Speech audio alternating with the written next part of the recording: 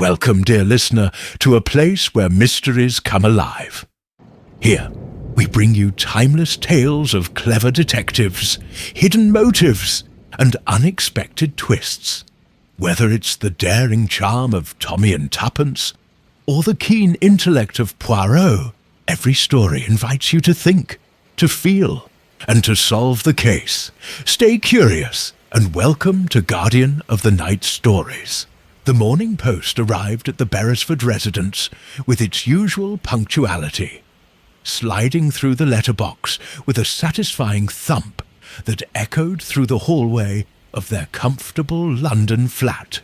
Tuppence Beresford, née Cowley, was already dressed for the day in a smart woolen suit of deep green that complemented her auburn hair, now streaked with distinguished threads of silver.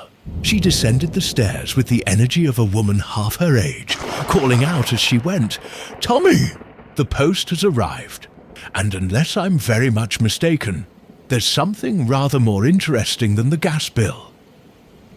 From the breakfast room came the rustle of newspaper and a resigned sigh. Thomas Beresford emerged, reading glasses perched on his nose, looking every inch the respectable retired gentleman in his tweed jacket and burgundy waistcoat. His hair had gone almost entirely grey, but his eyes retained their alert, intelligent gleam.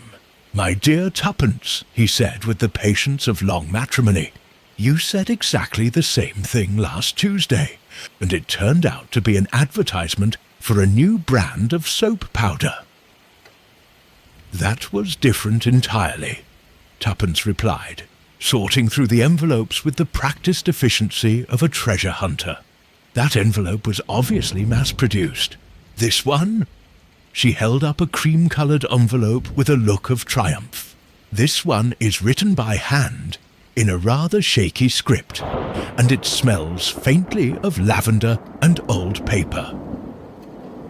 Tommy set down his Times and adjusted his spectacles. His interest piqued despite himself. After decades of marriage, he had learned that Tuppence's instincts about such matters were rarely wrong. She had an uncanny ability to sense when something was amiss, a quality that had served them well in their occasional forays into amateur detection. "Well, don't keep me in suspense," he said, moving to stand beside her. "Who's it from?" Tuppence turned the envelope over, examining the postmark. "Hollowcrest, Devon, dated 3 days ago." She slit it open with a letter opener and extracted 2 sheets of fine stationery. The paper yellowed slightly with age. Her eyes scanned the contents, and Tommy watched as her expression shifted from curiosity to concern. "Good heavens," she murmured. "What is it?" She read aloud, her voice taking on the quavering quality of the elderly writer. "Dear Mrs. Beresford, you will not remember me, but we met briefly at a garden party in Bournemouth in the summer of 1923. I was Miss Agatha Fenwick then, companion to Lady Hartwell. You were kind enough to help me find my misplaced spectacles, and we spoke of our shared love of detective novels.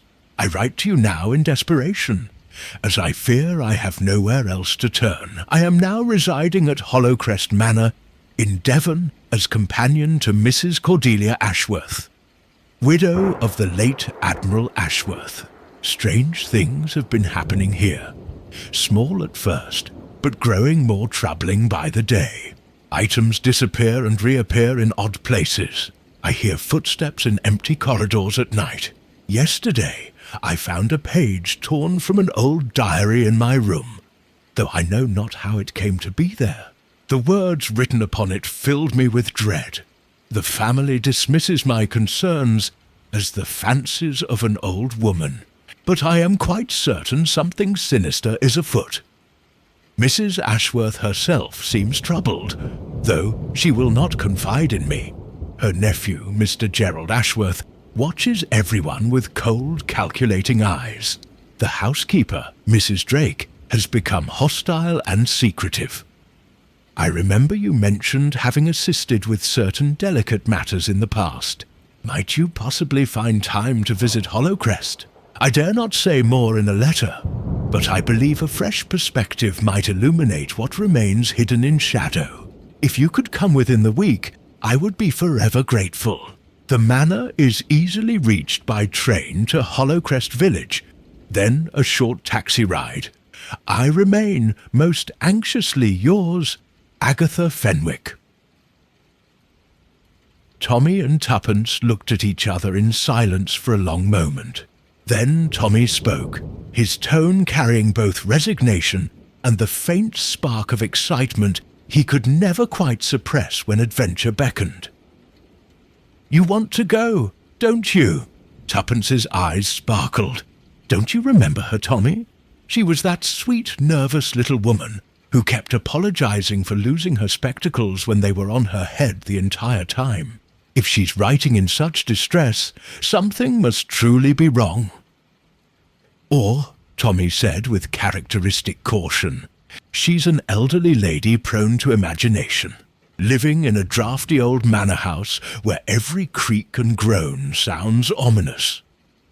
"Perhaps," Tuppence conceded, though her tone suggested she believed nothing of the sort. "But what harm could there be in a brief visit to Devon? The countryside should be lovely this time of year. We could stay at that charming inn in the village. You've been complaining of being cooped up all winter." Tommy knew he was defeated before he began. Truth be told, retirement had proved rather duller than anticipated. The prospect of a genuine mystery, even if it turned out to be nothing more than an old woman's nervous fancies, held a certain appeal, I suppose, he said slowly. "We could telephone the Hollowcrest Inn to inquire about rooms." Tuppence was already moving toward the telephone. "I'll do it immediately. And Tommy?" "Yes, my dear. Do you still have that magnifying glass from the Stapleford case?" "In my desk drawer, along with my old service revolver, which I hope we won't need." "Naturally," Tuppence said breezily. "I'm sure this is all perfectly innocent, but one should be prepared, don't you think?" Tommy watched his wife dial the operator with the enthusiasm of a child planning an adventure. After 40 years of marriage, he had learned that when Tuppence's detective instincts stirred, extraordinary things inevitably followed. He returned to his breakfast room to finish his tea, but the newspaper held no interest now. His mind was already turning over the details of Miss Fenwick's letter, analysing what had been said and, more importantly, what had been carefully left unsaid. Outside, a light rain had begun to fall, pattering against the windows in a rhythm that sounded almost like footsteps. Tommy shivered slightly, though the room was perfectly warm, and wondered what awaited them in the shadows of Hollowcrest Manor. By noon, their plans were settled. They would depart for Devon the following morning on the 9:15 train. Tuppence spent the afternoon packing with military precision, while Tommy made discreet inquiries through his old military connections. What he learned was sparse but intriguing. Admiral Ashworth had been a distinguished naval officer who died under somewhat mysterious circumstances 3 years prior. Officially, a heart attack, though there had been whispered rumours of poison that were never substantiated. His widow had retreated to the family manor and lived there in near seclusion with her nephew and a small household staff. That evening, as they sat by the fire, Tuppence reread Miss Fenwick's letter several times, her brow furrowed in concentration. "What troubles you?" Tommy asked. "This bit about the diary page. Why would someone tear out a single page and leave it where she would find it? It seems deliberately theatrical, doesn't it? As if someone wanted to frighten her specifically." "Or warn her," Tommy suggested. "Yes," Tuppence said softly. "Or warn her. The question is, warn her of what?" The fire crackled and sparked, casting dancing shadows on the walls. Outside, the rain had intensified, and the wind howled around the corners of the building. Neither of them spoke, but both were thinking the same thought. They had committed themselves to journey into the unknown, armed with nothing but their wits and their unfailing faith in each other. Whatever secrets Hollowcrest Manor held, they would soon discover them. The train journey to Devon was uneventful, though Tuppence insisted on observing their fellow passengers with what she termed professional interest, and Tommy privately termed nosiness. By the time they reached Hollowcrest Station, she had constructed elaborate backstories for at least half the people in their carriage, none of which Tommy believed for a moment. The village of Hollowcrest proved to be a picturesque hamlet nestled in a valley, with stone cottages clustering around an ancient church and a single main street lined with shops. The afternoon sun broke through the clouds as their taxi, a slightly battered Morris, driven by a taciturn local named Jenkins, carried them through winding lanes bordered by hedgerows still, glistening from the morning's rain. Nasty place. Hollowcrest Manor, Jenkins volunteered suddenly, his first words since they'd engaged his services. Been in the Ashworth family for 300 years. But there's been nothing but trouble there since the Admiral passed. What sort of trouble? Tuppence asked with studied casualness. Jenkins's eyes met hers in the rearview mirror. The sort decent folk don't speak of, ma'am. But if you're visiting, you'd best not stay after dark. That's all I'll say. He refused to elaborate further, and 15 minutes later deposited them at the gates of the manor with their luggage, and a look that clearly suggested they were making a grave mistake. Hollowcrest Manor rose before them like something from a Gothic novel, a sprawling, Jacobean structure of grey stone with multiple gables and chimneys, its windows reflecting the sky like watchful eyes. The grounds showed signs of former grandeur, now fading into genteel decay. Overgrown topiaries, weed-choked gravel paths, and a fountain in the courtyard where no water flowed. Cheerful, Tommy observed dryly. Atmospheric, Tuppence countered, her eyes bright with interest. Come on, darling, adventure awaits. The front door was answered by a tall, severe woman in her 50s, dressed in black. Her iron-grey hair pulled back in a tight bun. Her expression suggested she had been weaned on vinegar. "Mrs. Drake, I presume?" Tuppence said pleasantly. "I'm Mrs. Beresford, and this is my husband. Miss Fenwick is expecting us." The housekeeper's lips compressed into a thin line. Miss Fenwick neglected to mention visitors. "Mrs. Ashworth is resting and cannot be disturbed." "Perhaps you could inquire with Miss Fenwick," Tommy suggested with the polite firmness he'd perfected during his military service. Mrs. Drake stepped back with obvious reluctance, admitting them into a cavernous entrance hall dominated by a grand staircase, and walls hung with portraits of stern-faced Ashworth's past. "Wait here," she commanded, disappearing down a corridor with a rustle of starched fabric. Left alone, the Beresfords surveyed their surroundings. The air held a musty quality despite the high ceilings, and though the furnishings were expensive, everything carried a film of dust and neglect.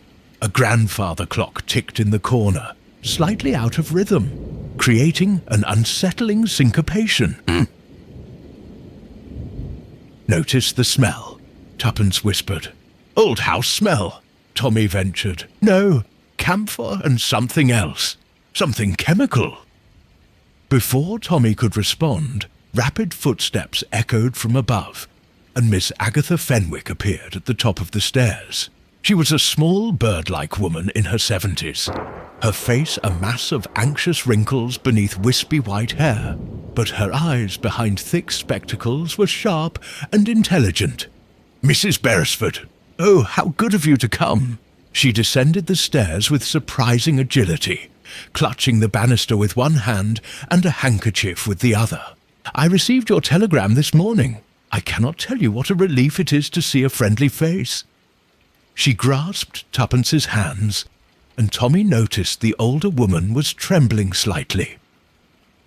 "There now, Miss Fenwick," Tuppence said soothingly.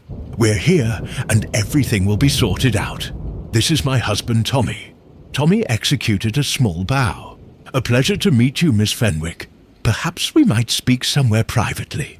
Miss Fenwick glanced nervously toward the corridor where Mrs. Drake had disappeared. "Yes, of course. My sitting room is on the first floor. We won't be disturbed there." She led them up the grand staircase and along a gallery hung with more portraits, their painted eyes seeming to follow the trio's progress. Miss Fenwick's rooms proved to be a small, neat suite that looked out over the gardens. The contrast with the rest of the manor was striking. Here, everything was tidy, warm, and well-maintained. "Please sit," Miss Fenwick urged, gesturing to a pair of chintz armchairs near the fireplace. "I'll ring for tea unless, perhaps better not. Mrs. Drake has been most hostile since I mentioned I'd invited guests." "Miss Fenwick," Tommy said gently, settling into his chair, "why don't you tell us exactly what's been happening? Start from the beginning." The elderly woman nodded, twisting her handkerchief. "I came to Hollowcrest as Mrs. Ashworth's companion 6 months ago, after answering an advertisement in the Times. At first, everything seemed perfectly normal. Mrs. Ashworth was recently widowed and quite lonely. The Admiral had died rather suddenly. Heart failure, they said, though there was some unpleasant gossip in the village." "What sort of gossip?" Tuppence prompted. "Oh, the usual small-minded chatter. That he'd been poisoned, that his nephew stood to inherit, that sort of thing. But the doctor certified natural causes, and the matter was closed. Or so I thought." She rose and went to her desk, withdrawing a small wooden box. From it, she extracted a yellowed page torn roughly from what appeared to be a diary or journal. "This is what I found in my room 3 days ago. I'd been out for a morning walk, and when I returned, it was lying on my pillow." Tuppence took the page carefully. The handwriting was firm and masculine. The ink faded to brown with age. March 15th, 1943. "I have discovered the truth about the shipment, and I know now what they did with the gold. Gerald thinks me ignorant, but I have kept careful records. Should anything happen to me, this diary will serve as proof of their treachery. I have hidden the evidence where only a loyal friend would think to look. In the place where honor lives, let them search forever. They will never find it without the key." Tommy read over Tuppence's shoulder, his military training making him note dates and context automatically. 1943. The Admiral was still in active service then. The shipment and the gold suggest something connected to the war, and this Gerald he mentions is Mrs. Ashworth's nephew. Miss Fenwick confirmed. "Mr. Gerald Ashworth. He lives here at the manor, supposedly helping to manage the estate. But I've seen him searching the Admiral's old study late at night, going through papers and books as if possessed." "Have you shown this to anyone else?" Tommy asked. "No, I didn't dare. That same evening, I heard footsteps outside my door well after midnight. When I looked out, I saw a figure in a dark coat disappearing down the stairs. The next morning, my room had been searched. Nothing taken, but things had been moved. Someone was looking for something." Tuppence studied the diary page again. "The handwriting matches the Admiral's? I believe so, though I never saw his hand myself. But Mrs. Ashworth has some of his letters framed in her sitting room, and they appear similar." "And where is this mysterious nephew now?" Tommy inquired. As if summoned by the question, a door slammed somewhere below, followed by raised voices. Miss Fenwick paled. "That sounds like Gerald. He's been in a terrible temper all week." The voices grew louder, approaching the entrance hall. Against her better judgment, Tuppence moved to the door and opened it a crack, listening shamelessly. Tommy joined her, and together they heard a man's voice, cultured but harsh with anger. "I don't care what she says, Mrs. Drake. This is still my house, and I'll go through my uncle's things as I please. If that meddling old woman has been speaking to outsiders—" "2 people arrived from London, sir," Mrs. Drake's voice replied. "Friends of Miss Fenwick, they claimed." "Friends? She doesn't have any friends. They're probably private detectives or journalists come to stir up that old scandal about Uncle Cyril's death.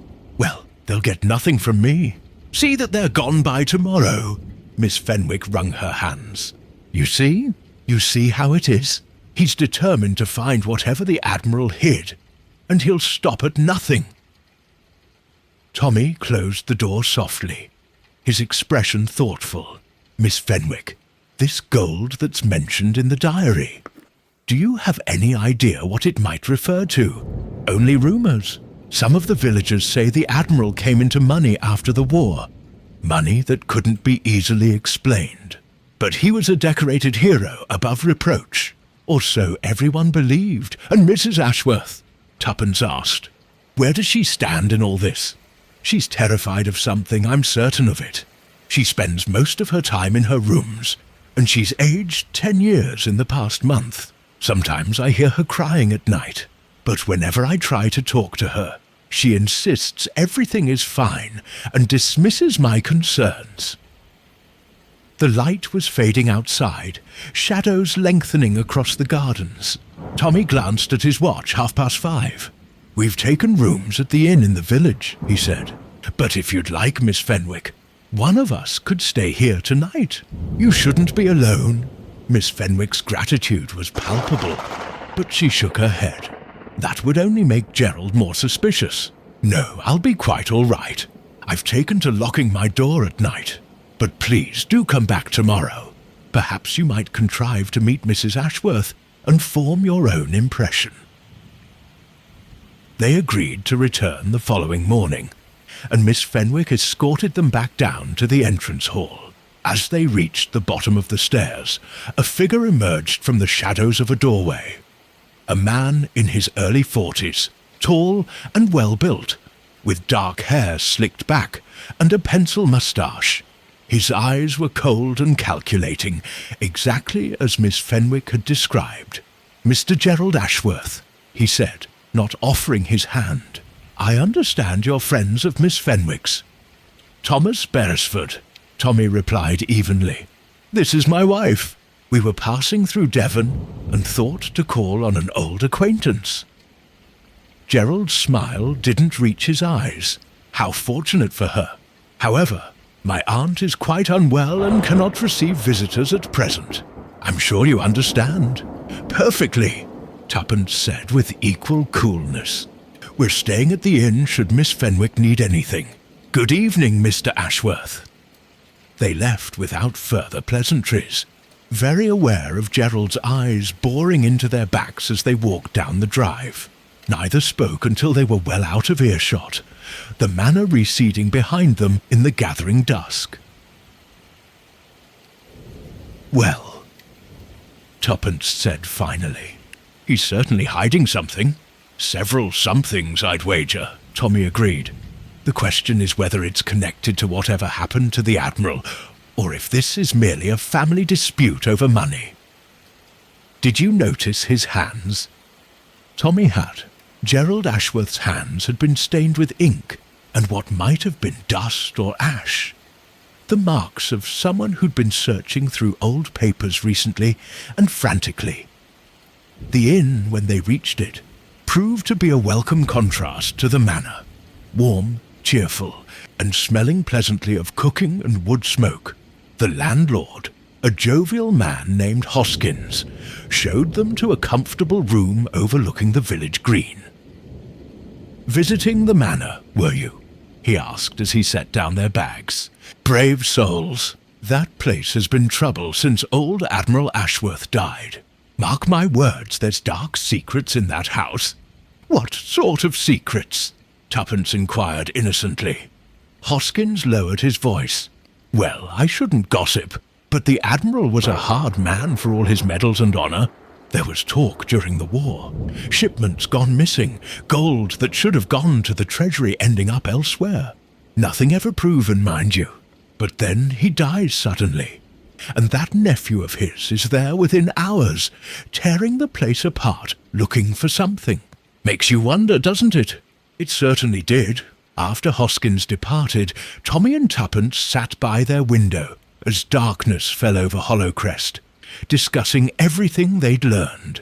The diary page suggested the Admiral had been involved in something illegal during the war. Gerald was desperately searching for evidence, or perhaps the gold itself. Mrs. Ashworth was frightened into silence, and someone, possibly Gerald, possibly someone else, had tried to warn or frighten Miss Fenwick. "We're missing something," Tuppence said, staring out at the darkened outline of the manor visible in the distance. "Some piece that ties it all together." "We'll find it," Tommy assured her. "We always do." But as he said it, a chill ran down his spine. In the darkness, a light had appeared in one of the manor's upper windows, appearing and disappearing in an irregular pattern, as if someone were signalling or searching. The game, as they say, was afoot. Morning brought a pale sun and a telegram delivered to their room with breakfast. Tommy slit it open while Tuppence poured tea, and his expression darkened as he read. "What is it?" she asked, "from my old contact at the War Office. I asked him to look into Admiral Ashworth's service record." He passed her the telegram. "Read it yourself." Tuppence scanned the terse military language. "Admiral Cyril Ashworth. Distinguished service record. Commanded convoy operations. Mediterranean, 1942-1944. Official inquiry, 1944. Missing cargo ship, HMS Steadfast. Inquiry inconclusive. File sealed under Official Secrets Act. Recommend caution." Sealed under the Official Secrets Act, Tuppence murmured. So there was something irregular about his service after all. The HMS Steadfast, missing cargo ship.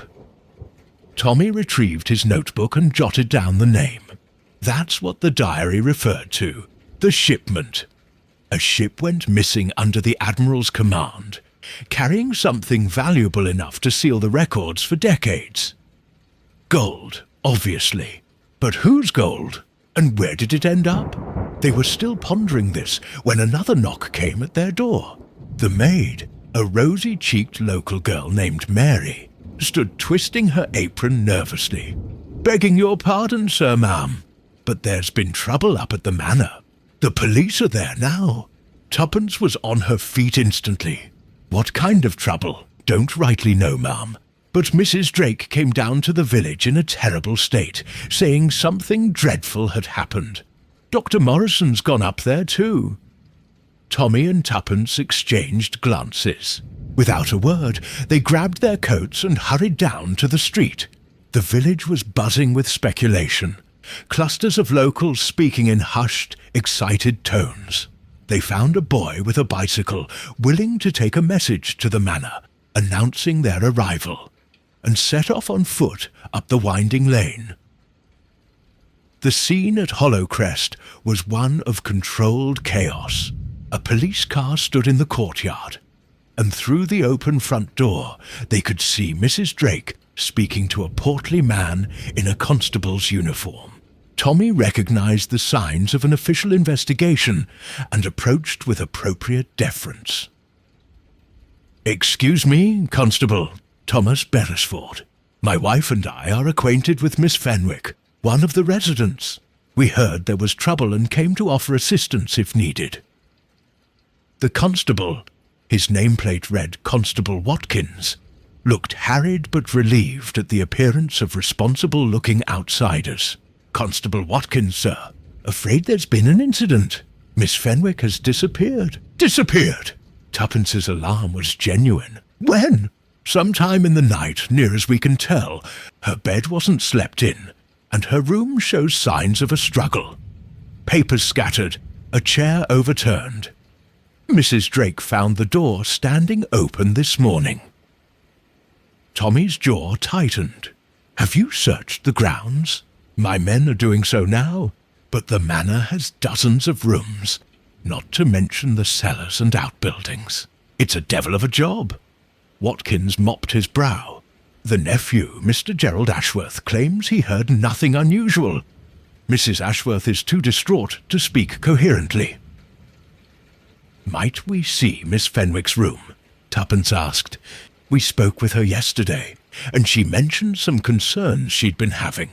There might be something that could help locate her. Watkins hesitated, but evidently decided they looked trustworthy enough. Very well, but don't touch anything. This way. He led them up to the first floor, to the neat suite of rooms they'd visited the previous afternoon. The transformation was shocking.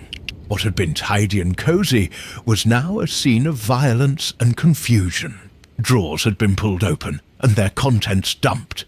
Books lay scattered across the floor. The small desk where Miss Fenwick had kept her box of treasures had been ransacked, its drawers hanging open and empty. The diary page, Tuppence whispered to Tommy. Someone was looking for it. Tommy nodded grimly, bending to examine the floor near the overturned chair. Constable, have you found any signs of blood? None, sir. Which is something, I suppose. And nothing's been taken? No luggage, no coat? Her coat's still in the wardrobe.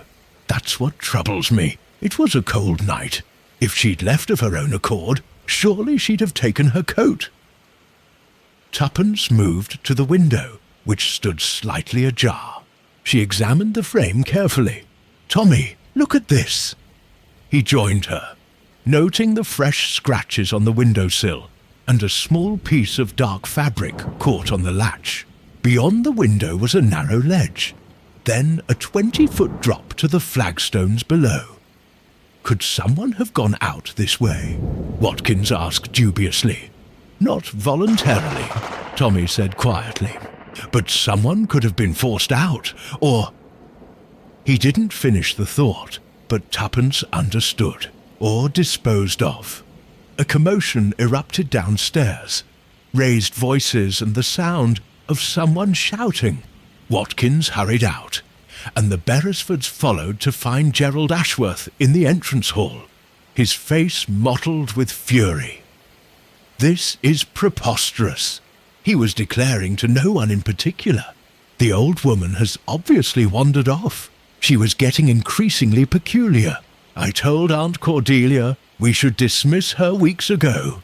Miss Fenwick seemed perfectly lucid yesterday, Tuppence said crisply, descending the stairs. Gerald whirled to face her. You're those people who came stirring up trouble. What did you say to her? What wild stories did you encourage? We encouraged nothing, Tommy replied, his voice carrying the steel of command. Miss Fenwick wrote to us expressing concerns for her safety. Concerns that appear to have been entirely justified. How dare you? Gentlemen, please, Watkins interjected. Mr. Ashworth, I must ask you some questions about last night. Where were you between the hours of midnight and 6 this morning? In my room, asleep. Where else would I be? Can anyone verify that? Gerald's face darkened further. I live in a house with 3 other people and servants. Am I expected to have a witness to my sleeping? Just a routine question, sir. And you heard nothing unusual? Nothing. I'm a sound sleeper. Tuppence caught Tommy's eye. Gerald Ashworth was lying badly. Every instinct honed over years of detective work told her so. The question was what he was lying about.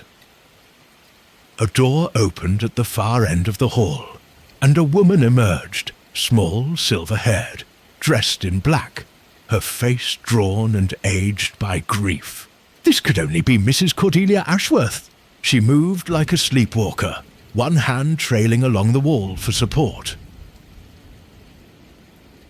Cordelia! Gerald moved toward her, his manner shifting to concern. You shouldn't be up. Let me help you back to your room. No! Her voice was surprisingly firm.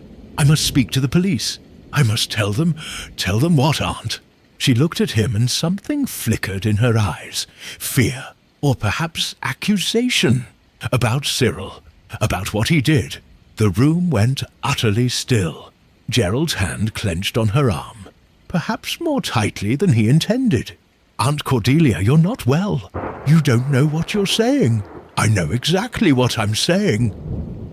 She pulled free from his grasp with surprising strength. I've kept silent for 3 years, but I can't anymore. Not if it means another innocent person is hurt. She turned to Constable Watkins, ignoring Gerald's protests. My husband kept records, Constable. Records of things that happened during the war. Things that should have been reported but weren't. I don't know where he hid them, but someone has been searching for them. First Cyril died, suddenly and suspiciously. Now Miss Fenwick has vanished. I believe, her voice broke, I believe it's all connected. This is madness, Gerald hissed. Uncle Cyril died of heart failure. The doctor confirmed it, did he? Mrs. Ashworth's laugh was bitter. Or did Dr. Morrison simply sign the certificate because it was easier than investigating? Because my husband was an admiral above suspicion? Tommy stepped forward gently. Mrs. Ashworth, I'm Tuppence Beresford. My wife and I are friends of Miss Fenwick. If you know anything that might help us find her, please tell us. She focused on him with the intensity of desperation. 2 nights ago, Miss Fenwick showed me a page from Cyril's diary. She'd found it in her room. Someone had placed it there deliberately. It spoke of gold, of hidden evidence, of treachery. I told her to destroy it, to forget she'd ever seen it. But she wouldn't. She said the truth must come out. Tears began sliding down her weathered cheeks. And now she's gone, and it's my fault for not protecting her. Where is the diary page now? Watkins asked. I don't know. I assume whoever took Miss Fenwick took it as well. Gerald made a sound of disgust. This is all hysteria and imagination. Uncle Cyril was a war hero. There was no gold, no conspiracy, no murder. The old woman probably destroyed the diary page herself as part of some elaborate fantasy. Then why? Tuppence asked quietly. Were you searching the Admiral's study at midnight 3 nights ago? Miss Fenwick saw you. What were you looking for, Mr. Ashworth? The silence that followed was electric. Gerald's face went from red to white to red again. I was merely organizing some papers. Family matters. At midnight? In the dark? I couldn't sleep. It's none of your damned business.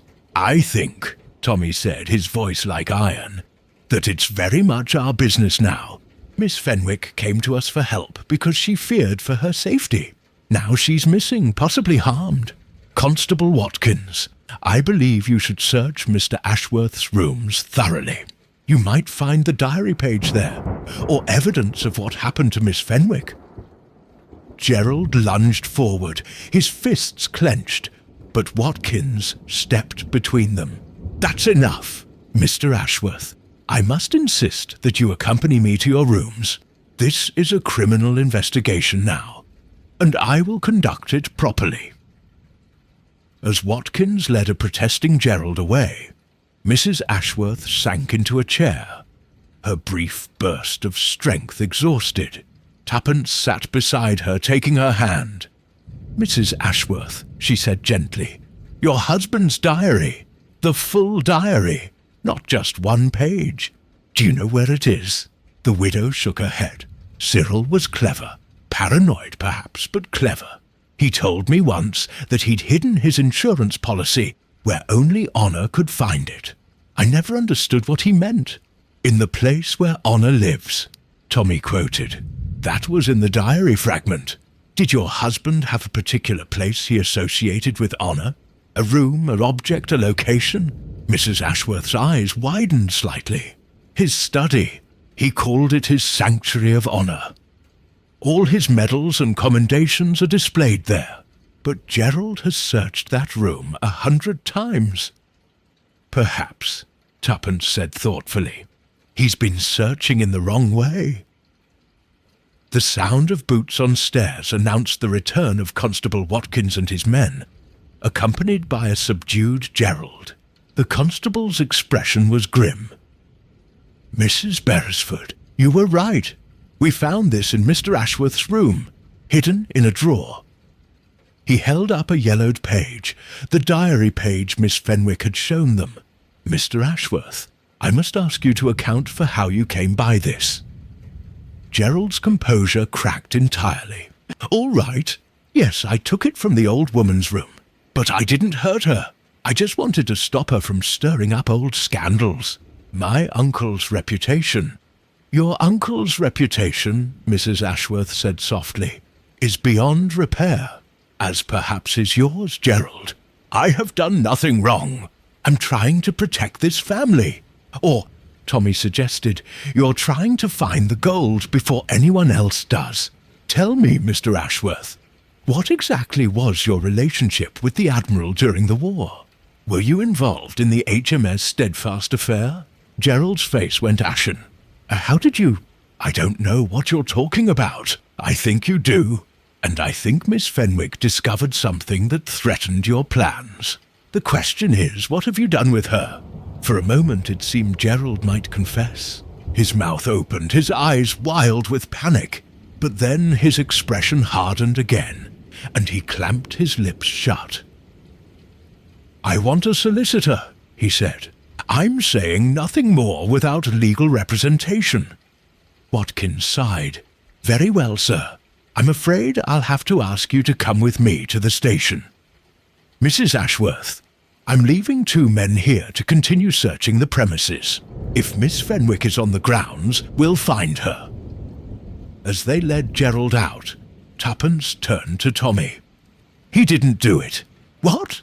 "He's hiding something, certainly. But he didn't harm Miss Fenwick. That panic in his eyes was genuine. He's as puzzled by her disappearance as we are." Tommy considered this. His wife's instincts about people were rarely wrong. "Then who?" "That," Tuppence said grimly, "is what we need to discover. And quickly. Because I don't think Miss Fenwick has much time." Mrs. Ashworth rose shakily. "Please find her. Whatever else happens, whatever secrets are revealed, please find Agatha. She's been a good friend to me." "We will," Tommy promised. "But first, Mrs. Ashworth, you must show us your husband's study. Every inch of it. Because somewhere in that room is the key to everything." As they moved toward the corridor, Tuppence glanced back at the entrance hall. In the shadows beneath the stairs, she could have sworn she saw a figure watching them. A figure that vanished the moment she turned to look directly at it. Someone else was in Hollowcrest Manor. Someone who wanted to remain unseen. And that someone, Tuppence was certain, knew exactly where Miss Fenwick was. The Admiral's study was a shrine to military achievement. The walls were covered with framed medals, commendations, and photographs of ships and naval ceremonies. A large mahogany desk dominated the room, its surface clear, except for a brass lamp and an inkwell. Floor-to-ceiling bookcases lined 2 walls, filled with leather-bound volumes on naval history, strategy, and seamanship. Mrs. Ashworth stood in the doorway, reluctant to enter. "Cyril spent most of his time here after he retired. Sometimes I'd hear him pacing at night, talking to himself. Toward the end, he became quite agitated. Paranoid even." "About what?" Tuppence asked gently. "He said someone from the past had contacted him. Someone who knew about the war. He wouldn't tell me more, but I could see it terrified him. 2 weeks later, he was dead." Tommy was examining the framed medals. Distinguished Service Order, Knight Commander of the Bath, various campaign medals, all proper and in order. But there in the corner was something that didn't quite fit. A small plain wooden box mounted on a brass plaque. The plaque read simply, "For duty, honour and sacrifice." "Mrs. Ashworth, what's in this box?" His greatest treasure, he always said. The key to his sanctuary. but it's been empty for as long as I've known him. He said the contents were safe, hidden where they could never be stolen. May I? Tommy reached for the box. It wasn't locked. It opened easily to reveal, as Mrs. Ashworth had said, nothing. Just a velvet-lined interior, empty and unremarkable except... Tuppence, look at this. He tilted the box toward the light. Inside the lid were faint scratches, barely visible. Letters carved with something sharp. HMSSTEADFAST, the missing cargo ship. Tuppence's mind raced. Mrs. Ashworth, you said your husband considered this box his greatest treasure. Did he handle it often? Daily. He'd take it down, open it, stare into it for minutes at a time. I thought it odd, but I never questioned it. Cyril had his rituals. Because, Tuppence said slowly, he wasn't looking at what was in the box. He was remembering what wasn't there. The key, he called it. The key to his sanctuary. Tommy caught on immediately. Not this room, another sanctuary. The ship itself. The HMS Steadfast. That's where his secrets are hidden. But the ship sank during the war. Mrs. Ashworth protested. It was lost with all hands in the Mediterranean. Officially lost, Tommy corrected. But what if it wasn't? What if the Admiral arranged for the ship to disappear? Gold from captured enemy vessels, perhaps, or supplies meant for the war effort, diverted and hidden aboard a ship that then conveniently sank in waters where recovery would be impossible. Good Lord. Mrs. Ashworth groped for a chair. Are you saying Cyril was a thief? I'm saying the evidence suggests it. Tommy's tone was gentle but firm, and I think he kept detailed records. The diary everyone has been searching for. Records that could still destroy reputations, reveal crimes, perhaps even lead someone to the gold itself. A new voice spoke from the doorway, making them all start. The HMS Steadfast didn't sink. She was scuttled in Lazaretto Creek, Malta. They whirled to find Mrs. Drake standing there, her severe face pale but composed.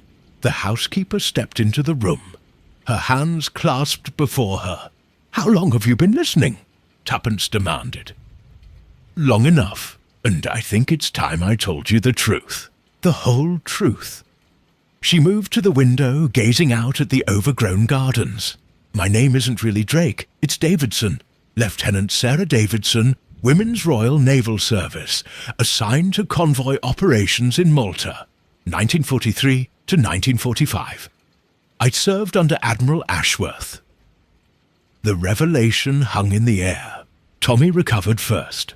You were there when the Steadfast disappeared. I was part of it. Her voice was flat, emotionless. The Admiral recruited a small team. Myself, 2 other officers who've since died, and his nephew Gerald, who was a junior lieutenant then. We were tasked with securing sensitive cargo from a captured German supply ship. Gold bullion, destined for Rommel's forces in North Africa. Intelligence said it should go directly to the Admiralty, but the Admiral had other ideas. He stole it, Tuppence said. He liberated it, he called it. Said Britain had lost so much, sacrificed so much. This was just compensation. He convinced us we were patriots, that we'd be heroes. Her laugh was bitter. We were thieves. We transferred the gold to the Steadfast, sailed her into Lazaretto Creek under cover of darkness, and scuttled her in shallow water.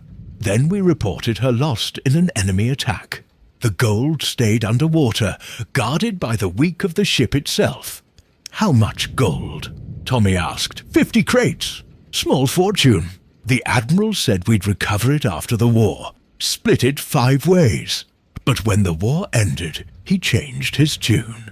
Said it was too risky, that we'd be caught. He promised to liquidate it slowly, give us our shares over time. We agreed. What choice did we have? But he never did. Tuppence guessed. Oh, he gave us some money.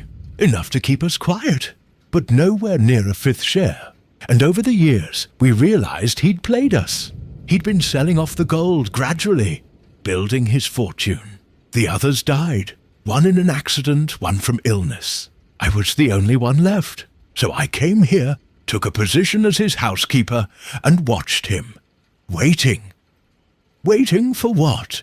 Tommy demanded. For him to tell me where he'd hidden the records, the proof of what we'd done, because without that, I had nothing. He'd covered his tracks too well. And then her voice broke slightly. Then someone poisoned him, 3 years ago, in this very room. The word hung in the air like a thunderclap. Poisoned? Mrs. Ashworth whispered. But the doctor said, the doctor was a fool. I knew poison when I saw it, but I had no proof. And who would believe a housekeeper accusing her employer's family? So I stayed. I searched. And I waited for whoever killed the Admiral to make a mistake. You think it was Gerald? Tuppence said. Who else? He was there during the war. He knew about the gold. The Admiral must have told him where it was, or he figured it out somehow. And he got tired of waiting for his inheritance. Mrs. Drake, Davidson, turned to face them, her eyes hard. But if he has the diary, if he knows where the gold is, why is he still here? Why is he still searching? Because he doesn't have it, Tommy said slowly. The diary, yes, or part of it, but not the location of the gold. The Admiral was too clever for that. Then where is it? Mrs. Ashworth asked desperately. And what does any of this have to do with Miss Fenwick? Tuppence had been thinking. Miss Fenwick found the diary page, or it was left for her to find. A page that mentioned records and evidence hidden where honor lives. Someone wanted to frighten her, or perhaps warn her, but she didn't scare easily. She started investigating on her own, and she found something. What could she have found? Mrs. Ashworth protested. She'd only been here 6 months. Sometimes, Tommy mused, a fresh pair of eyes sees what others miss. Mrs. Ashworth, you said your husband spent his final weeks agitated, worried about someone from the past. Did he mention any names? She shook her head. Only once. He said, George has found me. After all these years, George has found me, and he wants his share. I asked who George was, but he wouldn't say. Mrs. Davidson's head snapped up. George Whitfield, another member of the Steadfast crew. I thought he died in 1950. Boating accident in Cornwall. Perhaps, Tuppence suggested. He didn't. Before anyone could respond, a shout came from outside. One of the constable's men calling urgently. They rushed to the window to see 2 officers emerging from the old stables at the far end of the property, supporting between them a bedraggled, limping figure. Miss Fenwick! Mrs. Ashworth cried.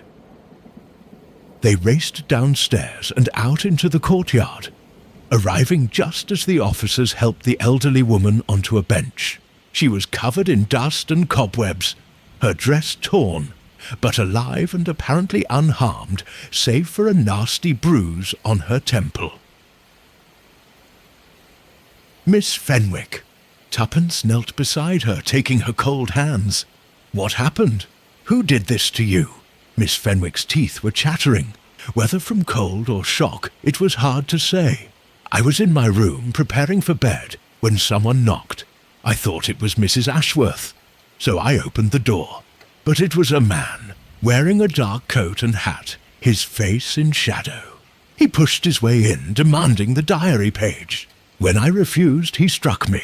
I must have fallen, because when I woke, I was locked in the old ice house beneath the stables. Did you see his face? Tommy asked urgently. No, but I heard his voice, rough, with a Cornish accent, and he said something strange. The Admiral owed me 30 years. Now someone will pay.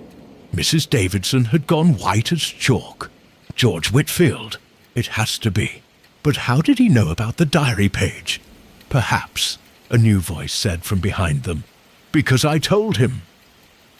They turned to find Dr. Morrison standing there, his medical bag in hand, But there was something different about him now. The jovial country physician was gone, replaced by something harder and more dangerous. "Dr. Morrison," Mrs. Ashworth said uncertainly. "That's one of my names. George Morrison, lately of Cornwall, and before that, Malta.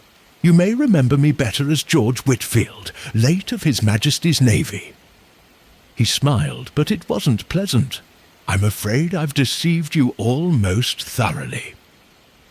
Tommy positioned himself between the doctor and the women, his hand moving instinctively toward his pocket where, Tuppence knew, he kept no weapon. The doctor noticed the gesture and laughed. "Relax, Mr. Beresford. I'm not here to harm anyone. In fact, I'm the one who's been trying to protect Miss Fenwick. I left the diary page for her to find, hoping she'd contact someone outside the family, someone who could expose the truth. I didn't expect Gerald to react so violently." "Gerald locked me in the ice house," Miss Fenwick said faintly.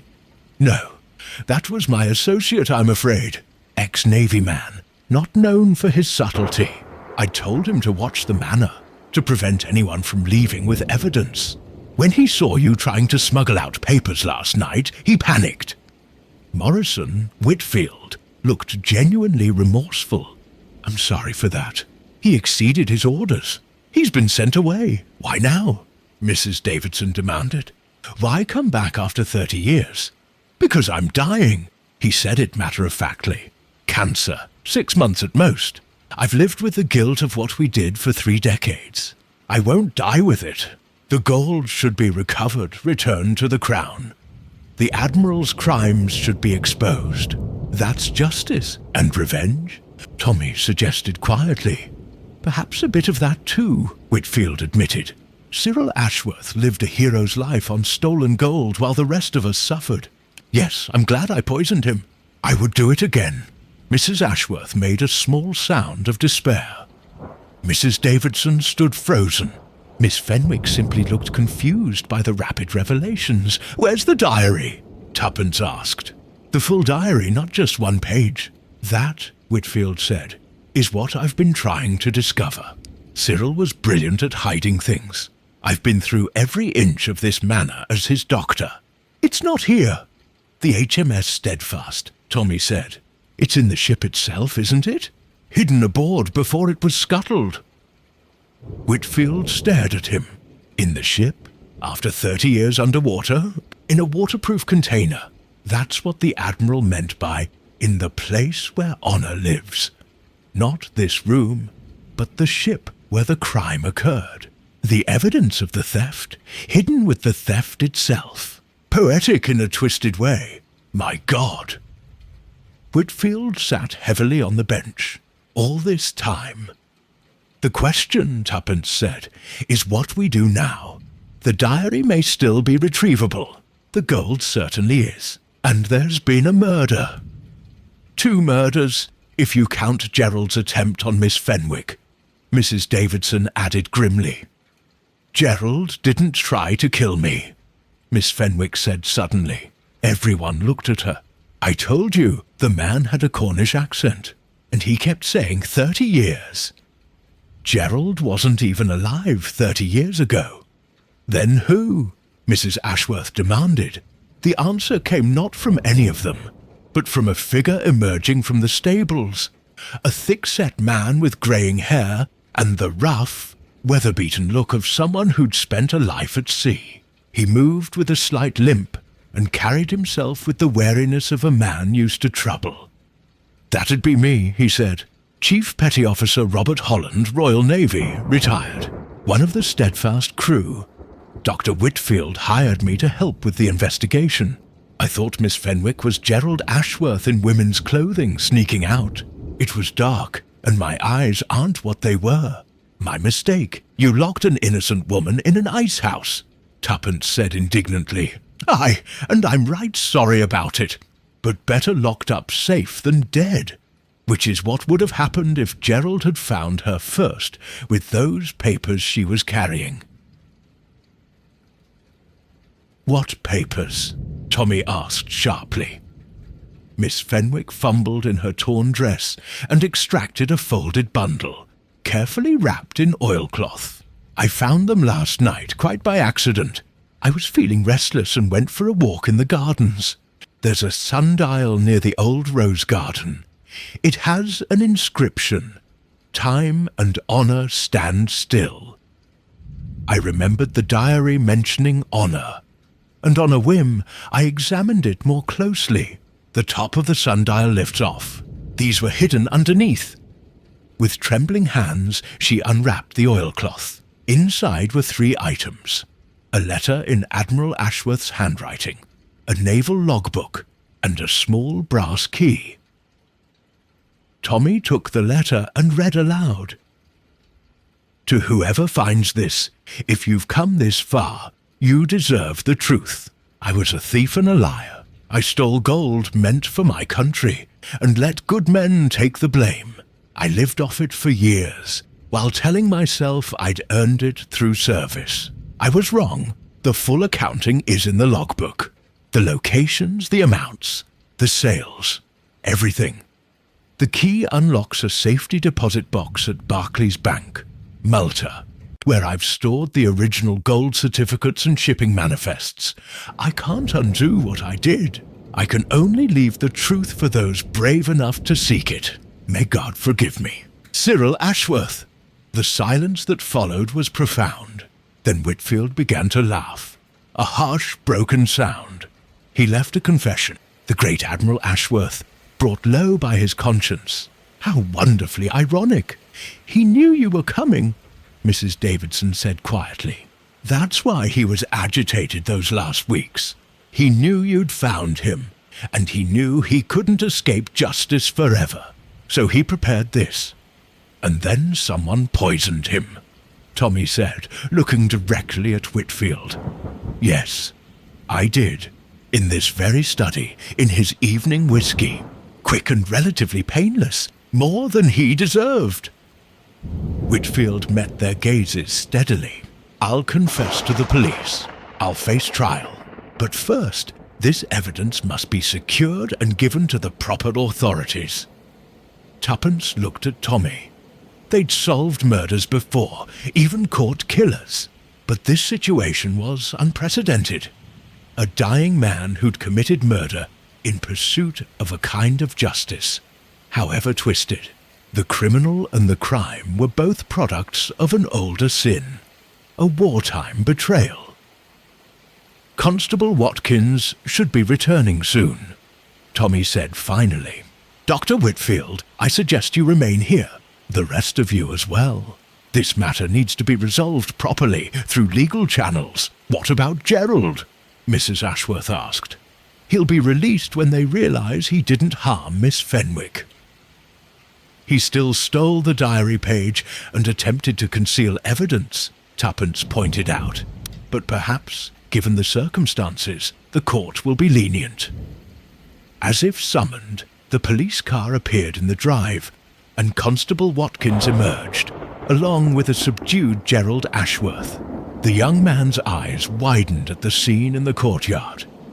His aunt, the housekeeper, the bedraggled Miss Fenwick, and a doctor he'd known for years, but now looked at with new wariness. "What's happened here?" Watkins demanded. "Constable," Tommy said, "I think you'd better sit down. This is going to take some time to explain." And explain they did, with Dr. Whitfield making his confession, Mrs. Davidson admitting her role in the original crime, and Miss Fenwick presenting her remarkable discovery. Gerald, for his part, confessed only to stealing the diary page out of misguided family loyalty. He'd suspected his uncle of wrongdoing, but had hoped to suppress the evidence rather than face scandal. By the time the sun began to set, the principals had been taken to the station to make formal statements. Mrs. Ashworth, broken by the revelations, had been sedated and put to bed. Only Tommy, Tuppence and Miss Fenwick remained in the study, looking at the damning documents spread across the Admiral's desk. 30 years. Miss Fenwick said wonderingly. 30 years of lies and secrets, all for gold at the bottom of a creek in Malta. The question is, Tuppence mused, what happens to the gold now? It returns to the crown, I should think, Tommy said. Or more likely, the matter will be quietly settled to avoid scandal. The Admiral's family will bear the shame, but the larger story may never become public. The Official Secrets Act has a way of sealing inconvenient truths. Then what was the point? Miss Fenwick asked. All this suffering for nothing? Not nothing, Tuppence said gently. The truth is known now. Justice, in some form, will be served. And you, Miss Fenwick, were extraordinarily brave. You could have ignored your suspicions, destroyed that diary page, and lived quietly. Instead, you sought help. You persisted even when threatened. That takes real courage, Miss Fenwick blushed. I was terrified the entire time. Courage isn't the absence of fear, Tommy said. It's acting rightly despite fear. You did that admirably. As they prepared to leave the manor for the final time, Tuppence paused in the doorway of the study, looking back at the empty box with its inscription about duty and honour. The Admiral had failed those ideals spectacularly, but in the end he'd tried, too late, to make amends. Do you think he truly regretted it? She asked Tommy. I think he regretted being caught. Whether he regretted the crime itself? Tommy shrugged. We'll never know, but at least the truth is out now. That's something. They walked out into the gathering dusk, leaving Hollowcrest Manor to its ghosts and secrets. Tomorrow would bring legal proceedings, official inquiries, and probably a great deal of bureaucratic fuss. But for tonight, they had solved a mystery and saved a life. And really, what more could any detective ask? The following morning brought a summons from Constable Watkins. Tommy and Tuppence found him in his small office above the village post office, looking harried and surrounded by stacks of official forms. Thank heavens you're here, he greeted them. I've had the inspector from Exeter on the telephone half the night, and then someone from the Home Office this morning. This business has kicked up a bigger hornet's nest than I expected. The Official Secrets Act? Tommy guessed, among other things. They're sending someone down from London to secure the evidence. In the meantime, I've been instructed to... He consulted a telegram. But maintain discretion and prevent any public disclosure of sensitive wartime operations. Which I take to mean keep my mouth shut and hope this all goes away quietly. What about Dr. Whitfield? Tuppence asked. Watkins's expression grew troubled. He's confessed to poisoning the Admiral, but given his terminal illness and the circumstances, well, the legal situation is complex. The prosecutor will have to decide whether it's in the public interest to try a dying man for a 3-year-old murder that virtually no one but us knows occurred. And Gerald Ashworth? Released with a warning, interfering with evidence, but nothing more serious. He's agreed to cooperate fully with the investigation. Between you and me, Watkins lowered his voice, I think the young man is simply relieved the truth is out. He's been living under the shadow of his uncle's crimes for years. Tuppence pulled out her notebook. Constable, there's something that's been bothering me. The timeline doesn't quite add up. Tommy smiled slightly. When his wife said something didn't add up, she was invariably right. Go on. Dr. Whitfield, George Whitfield, claimed he poisoned the Admiral 3 years ago out of revenge. But he only recently moved to Hollowcrest and set himself up as the local doctor.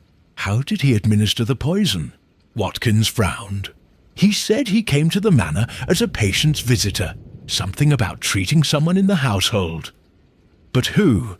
Mrs. Ashworth has been perfectly healthy. Gerald was hardly ever here 3 years ago. The staff has mostly turned over since then, according to Mrs. Drake. Davidson, rather. Tommy's eyes narrowed. You're suggesting someone else was involved. Someone inside the house. I'm suggesting, Tuppence said carefully, that we may not have the full story yet. Watkins pulled out his own notes. The Admiral died on July 15th, 3 years ago, early evening in his study. The doctor at the time, Dr. Pembridge, now retired to Scotland, certified heart failure.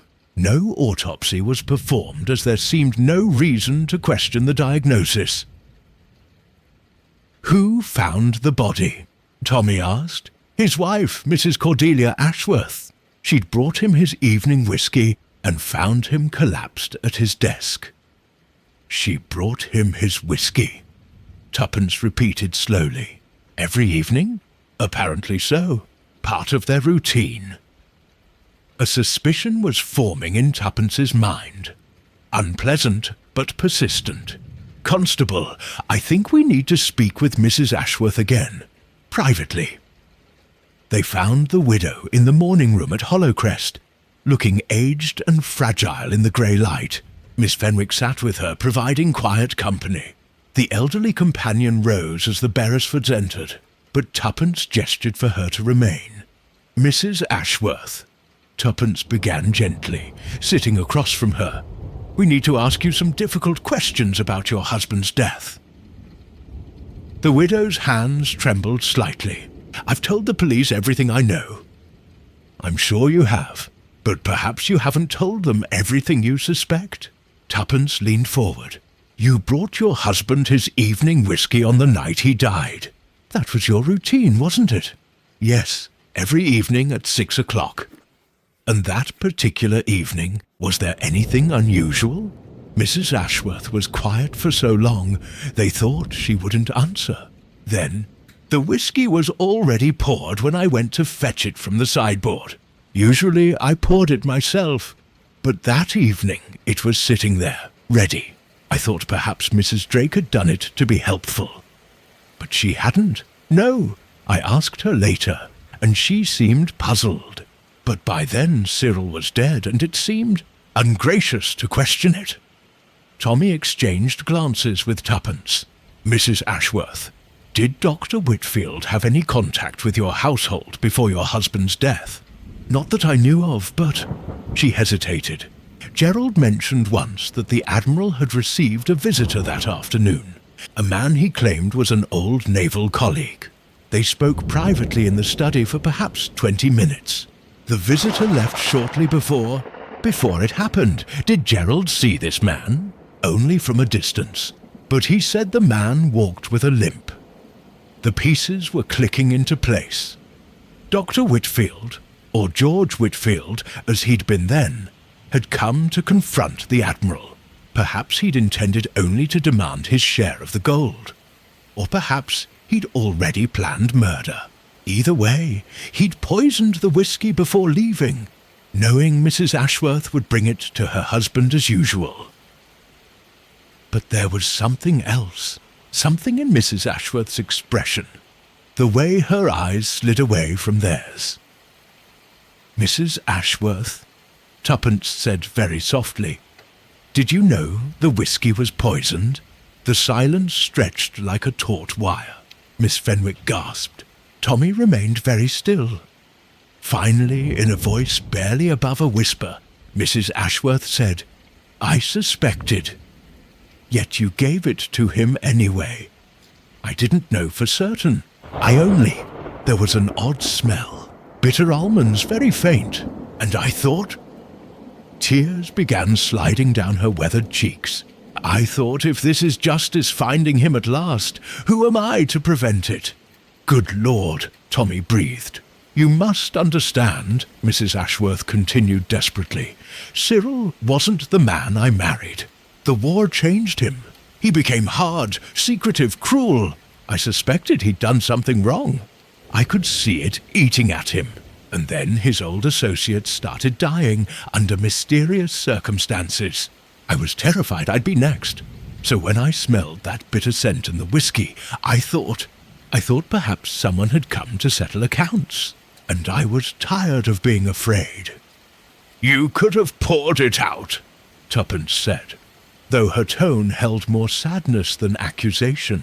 Called a doctor.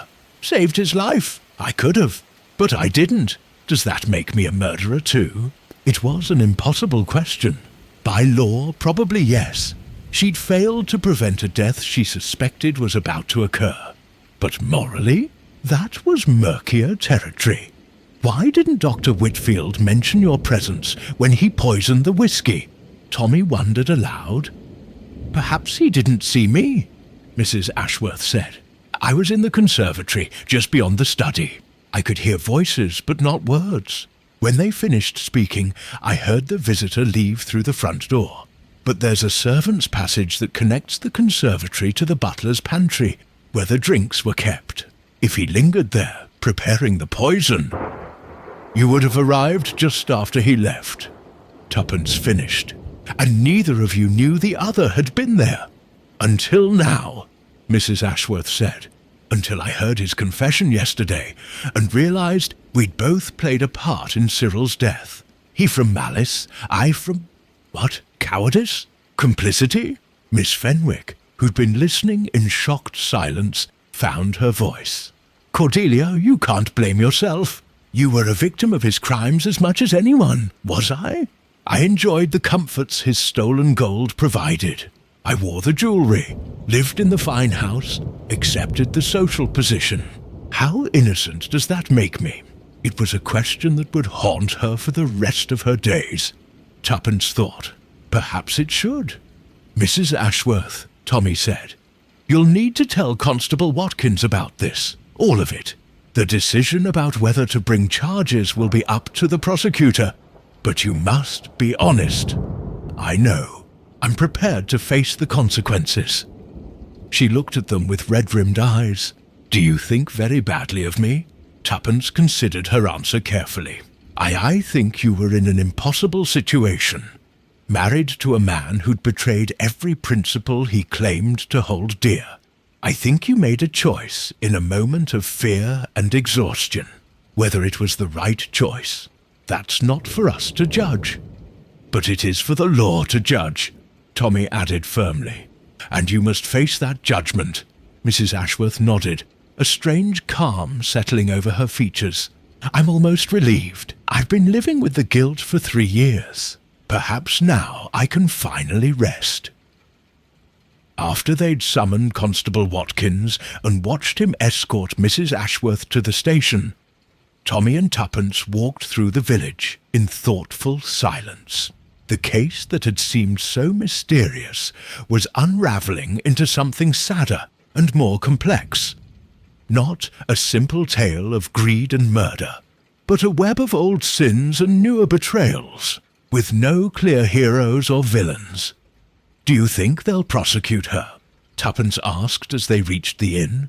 I doubt it. She's an elderly widow who failed to prevent a crime, but didn't actively commit one. And prosecuting her would mean exposing the entire sordid story of the Admiral's theft. The government will want this kept quiet. Tommy shook his head. Justice of a sort will be done, but not the neat, satisfying kind you find in novels. Life rarely is neat and satisfying, Tuppence observed. That's what makes detective work so interesting and so frustrating. They spent the afternoon reviewing their notes and preparing a comprehensive report for the authorities. By evening, word came that someone from the Home Office would arrive the next day to take charge of the investigation. The Beresfords were thanked for their assistance and politely informed that their services were no longer required. In other words, Tommy translated, go home and forget everything you've learned. As if we could, Tuppence said.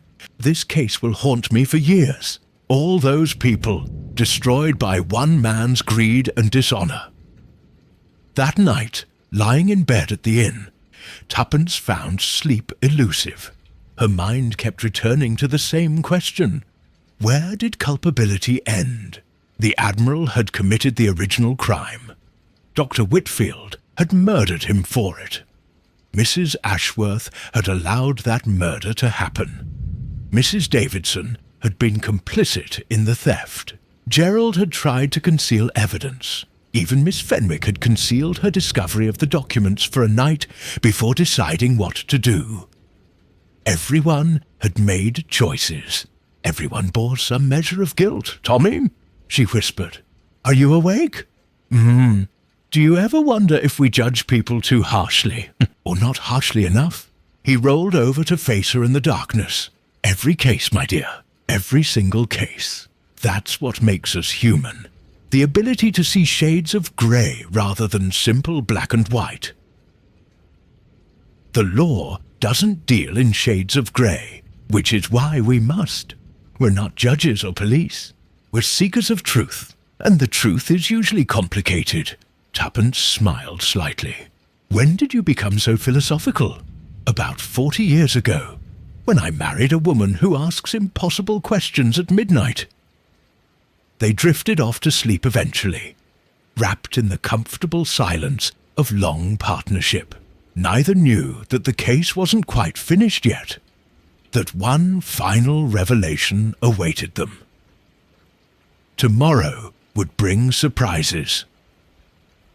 The man from the Home Office arrived on the morning train. A Mr. Cedric Thornton, spare and grey-haired, with the colourless efficiency of a career bureaucrat. He took over the police station, examined all the evidence with meticulous care, and interviewed everyone involved with the same emotionless precision. Tommy and Tuppence were summoned at noon. They found Thornton behind Constable Watkins's desk, the logbook and confession letter spread before him. "Mr. Sure, nennt mich him." "Mrs. Beresford," he said without preamble, "I understand you've been quite helpful in unravelling this unfortunate situation. The government is grateful, but," Tuppence prompted, sensing what came next. "But this matter touches upon sensitive wartime operations. The Official Secrets Act applies. You'll need to sign these documents agreeing not to disclose anything you've learned." He slid 2 forms across the desk. Tommy scanned them quickly. "And if we don't sign, then I'm afraid more serious measures would become necessary.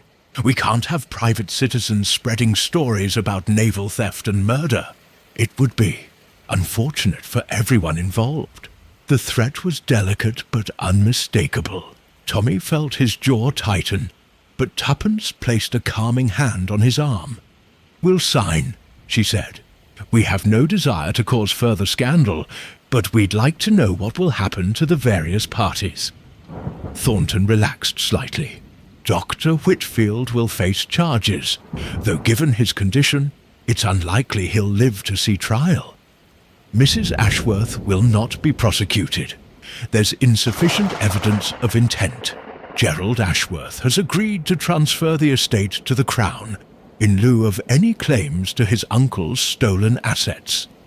Mrs. Davidson will be quietly pensioned off. The matter will be closed, and the gold," Tommy asked, "will be recovered and repatriated. The details are classified."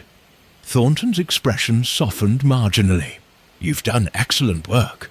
The truth needed to come out, even if it must now be suppressed for the public good. Your discretion is appreciated." They signed the documents and Thornton produced a sealed envelope. "Your fee.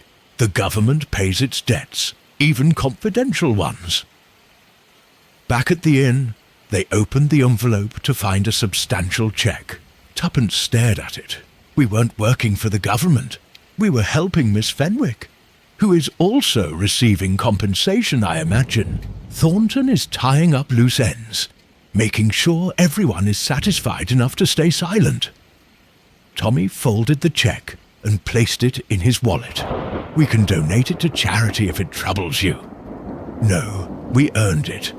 I just wish," she trailed off. "Wish what?" "That it felt more like a victory. We solved the mystery, caught the murderer, recovered the evidence. But nobody's really happy, are they? Dr. Whitfield is dying. Mrs. Ashworth is ruined. The truth will be buried. Where's the triumph in that?" Before Tommy could respond, there was a knock at their door. It was Miss Fenwick. looking agitated. "Oh, thank goodness you're still here. You must come quickly. Something terrible has happened." They hurried after her through the village and up to the manor. The scene that greeted them was one of chaos. Police cars, Thornton's official vehicle, and an ambulance. "What's happened?" Tommy demanded. "It's Gerald," Miss Fenwick gasped. "He's been attacked. Someone tried to kill him." They found Gerald Ashworth in the drawing room, pale and shaken but apparently unharmed. Dr. Morrison, no, Dr. Whitfield, was tending to a nasty gash on his temple while Constable Watkins hovered nearby. "I was in the study," Gerald explained shakily. "Is going through more of my uncle's papers as Mr. Thornton requested. I heard a noise behind me and turned to find a man standing there. Rough-looking, perhaps 50, with a scar across his cheek. He demanded I tell him where the gold was. When I said I didn't know, he struck me with something heavy. I must have blacked out for a moment. When I came to, he was gone." "Holland," Dr. Whitfield said grimly. "Chief Petty Officer Robert Holland, the man I hired to watch the manor. But I sent him away yesterday. He should be long gone by now." "Apparently he didn't go far," Tommy observed. "He's waited 30 years for his share of the gold. Learning that it's about to be seized by the government probably didn't sit well." Thornton had been listening from the doorway. "This complicates matters. We need that man found before he does something desperate." "He already is desperate," Tuppence pointed out, "and dangerous. He's a trained sailor who's spent decades nursing a grievance. He won't give up easily." A search was organized immediately. Police, Home Office staff, and even some volunteers from the village spreading out to comb the estate and surrounding countryside. But Holland had disappeared like smoke. As evening approached, Thornton posted guards at the manor and insisted everyone stay together in the main hall. The mood was tense, everyone jumping at shadows. "He'll come back," Dr. Whitfield said quietly to Tommy. "Holland's not a man to give up. He believes the gold is his by right. He'll try again. What exactly do you know about him?" "Not enough, it seems. He served under the Admiral during the war. Engine room crew. Good at his job, but had a reputation for violence. After the war, he did a few stretches in prison. Assault, robbery. I thought hiring him to watch the house was a way to give him honest work. I was wrong. Where would he hide?" Tuppence asked. "You know these grounds. If you were Holland, where would you go?" Dr. Whitfield thought carefully. "The old groundskeeper's cottage, perhaps. It's been abandoned for years, on the far edge of the property. Or the boathouse by the creek. But surely the police have checked there." "Checked quickly in daylight," Tommy said. "But at night in a place he knows well. He could evade searchers for days." As if to punctuate his words, the lights suddenly went out. In the darkness, someone screamed, "Miss Fenwick!" There was confusion, shouts, the sound of furniture overturning. "Nobody move!" Thornton's voice rang out with authority. "Stay exactly where you are." A torch clicked on, then another. In their wavering light, the scene resolved itself. The room was as it had been, everyone accounted for. "Except Gerald. He was just here," Mrs. Ashworth quavered, standing by the window. "Gerald, Gerald!" The window stood open, curtains billowing in the night breeze. Tommy rushed to it, peering out into darkness. A figure was visible briefly in the moonlight. Two figures, one struggling against the other, before they disappeared into the shadows. "He's taken Gerald," Tommy said tersely. "Come on!" He vaulted through the window before anyone could stop him. Tuppence right behind him. They could hear the sounds of struggle ahead, crashing through undergrowth, laboured breathing, a muffled cry. Tommy had thought to grab a torch from the hall table, and its beam bounced wildly as they ran. The pursuit led them toward the old rose garden, now a wilderness of thorns and shadows. Suddenly the struggling sound stopped. Tommy slowed, playing his light carefully across the overgrown paths. "Beresford!" Holland's voice came from ahead, rough and desperate. "Stay back, or the boy dies." They halted. In the torchlight, they could see Holland holding Gerald in a chokehold, a knife glinting against the young man's throat. The sailor's face was haggard, his eyes wild. "Mr. Holland," Tommy said calmly, "this won't help. You must know that, won't it? Everyone else has gotten what they wanted. The Admiral got his gold and died comfortable. Whitfield got his revenge. The government will get its precious treasure. What about me? What about 30 years of waiting?" "You'll get caught," Tuppence said reasonably. "You'll hang for murder. Is that what you want?" "I want what I'm owed," the Admiral promised. "We all risked everything for that gold, and he kept it all for himself." "Well, someone's going to tell me where it is, or this one pays the price." "But Gerald doesn't know," Tommy pointed out. "None of us do. The gold is in Malta, at the bottom of Lazaretto Creek. You'd need diving equipment, official permission, months of work to recover it. You're chasing a dream, Holland. Let the boy go." "Malta!" Holland's grip loosened fractionally. "It's still in the ship? Exactly where you left it. The Admiral never recovered it. He just sold off small amounts over the years, carefully laundered through legitimate channels. The bulk of it is still there." This was technically true. Thornton had confirmed that only a fraction of the gold had been liquidated. But Tommy was deliberately not mentioning that the British government now had full documentation and would be recovering it. Let Holland believe there was still a chance. "Then I'll go to Malta," Holland said. "I'll find it myself. With what resources? What money? You're a wanted man now. Every port will be watching for you." Holland's face contorted with frustration and rage. For a terrible moment, Tuppence thought he might slash Gerald's throat out of pure spite. But then, unexpectedly, the fight seemed to drain out of him. His shoulders sagged, and the knife lowered slightly. 30 years, he said bitterly. 30 years of my life, waiting for a payoff that was never coming. What a bloody fool I've been. Let Gerald go, Tommy said gently. It's over, Holland. Let it be over. For a moment longer, Holland stood frozen. Then, with a sound somewhere between a sob and a laugh, he released Gerald and threw the knife aside. The young man stumbled away, gasping. Police emerged from the darkness. They'd been following at a distance. Holland didn't resist as they took him into custody. He simply stood there, looking old and defeated, all the fight gone out of him. As they led him away, he looked back at Tommy and Tuppence. Was any of it real? The treasure? Or was it all just the Admiral's sick joke? It was real, Tommy said, but it was never yours. It never belonged to any of you. That's what makes it a crime.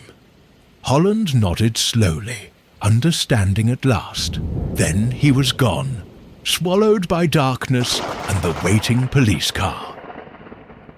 Gerald Ashworth was checked by Dr. Whitfield and pronounced shaken but unharmed. Mrs. Ashworth wept with relief. Thornton looked simultaneously satisfied and annoyed that civilians had ended up at the centre of the dramatic conclusion. You took a significant risk, he told Tommy severely. Holland could have killed you both. But he didn't, Tuppence said, because he wasn't truly a killer. He was just a desperate man who'd spent too long chasing a false hope. Nevertheless, I must insist that you return to London immediately. This situation is clearly more volatile than anticipated, and I cannot guarantee your safety. They were being dismissed, politely but firmly. Tommy started to object, but Tuppence squeezed his hand. They'd done what they came to do, solved the mystery and helped Miss Fenwick. The rest was politics and clean-up. We'll leave first thing in the morning, she agreed. But as they walked back through the dark gardens toward the manor's lights, Tuppence couldn't shake a feeling of unease. Something still felt unfinished, some thread dangling loose. She couldn't quite identify what troubled her, but experience had taught her to trust these instincts. "Tommy," she said quietly, "don't you think it's odd that Holland went after Gerald specifically? He needed a hostage, but why Gerald? Mrs. Ashworth is frailer, easier to control. Miss Fenwick was closer to the door. Yet Holland specifically targeted Gerald and dragged him out through the window, as if Gerald were special somehow." Tommy frowned. "You think he believed Gerald knew something? Or had something? Remember, Gerald was the one searching the Admiral's study when Holland attacked him earlier. What if Gerald found more than just papers?" They looked at each other in the darkness, the same thought occurring to both of them simultaneously. They'd been assuming the diary and logbook were the only records the Admiral had kept. But what if there was more? What if Gerald had discovered something that made him a target? "We need to talk to Gerald," Tommy said, "before Thornton locks this all down and we lose our chance." They found the young man in the study.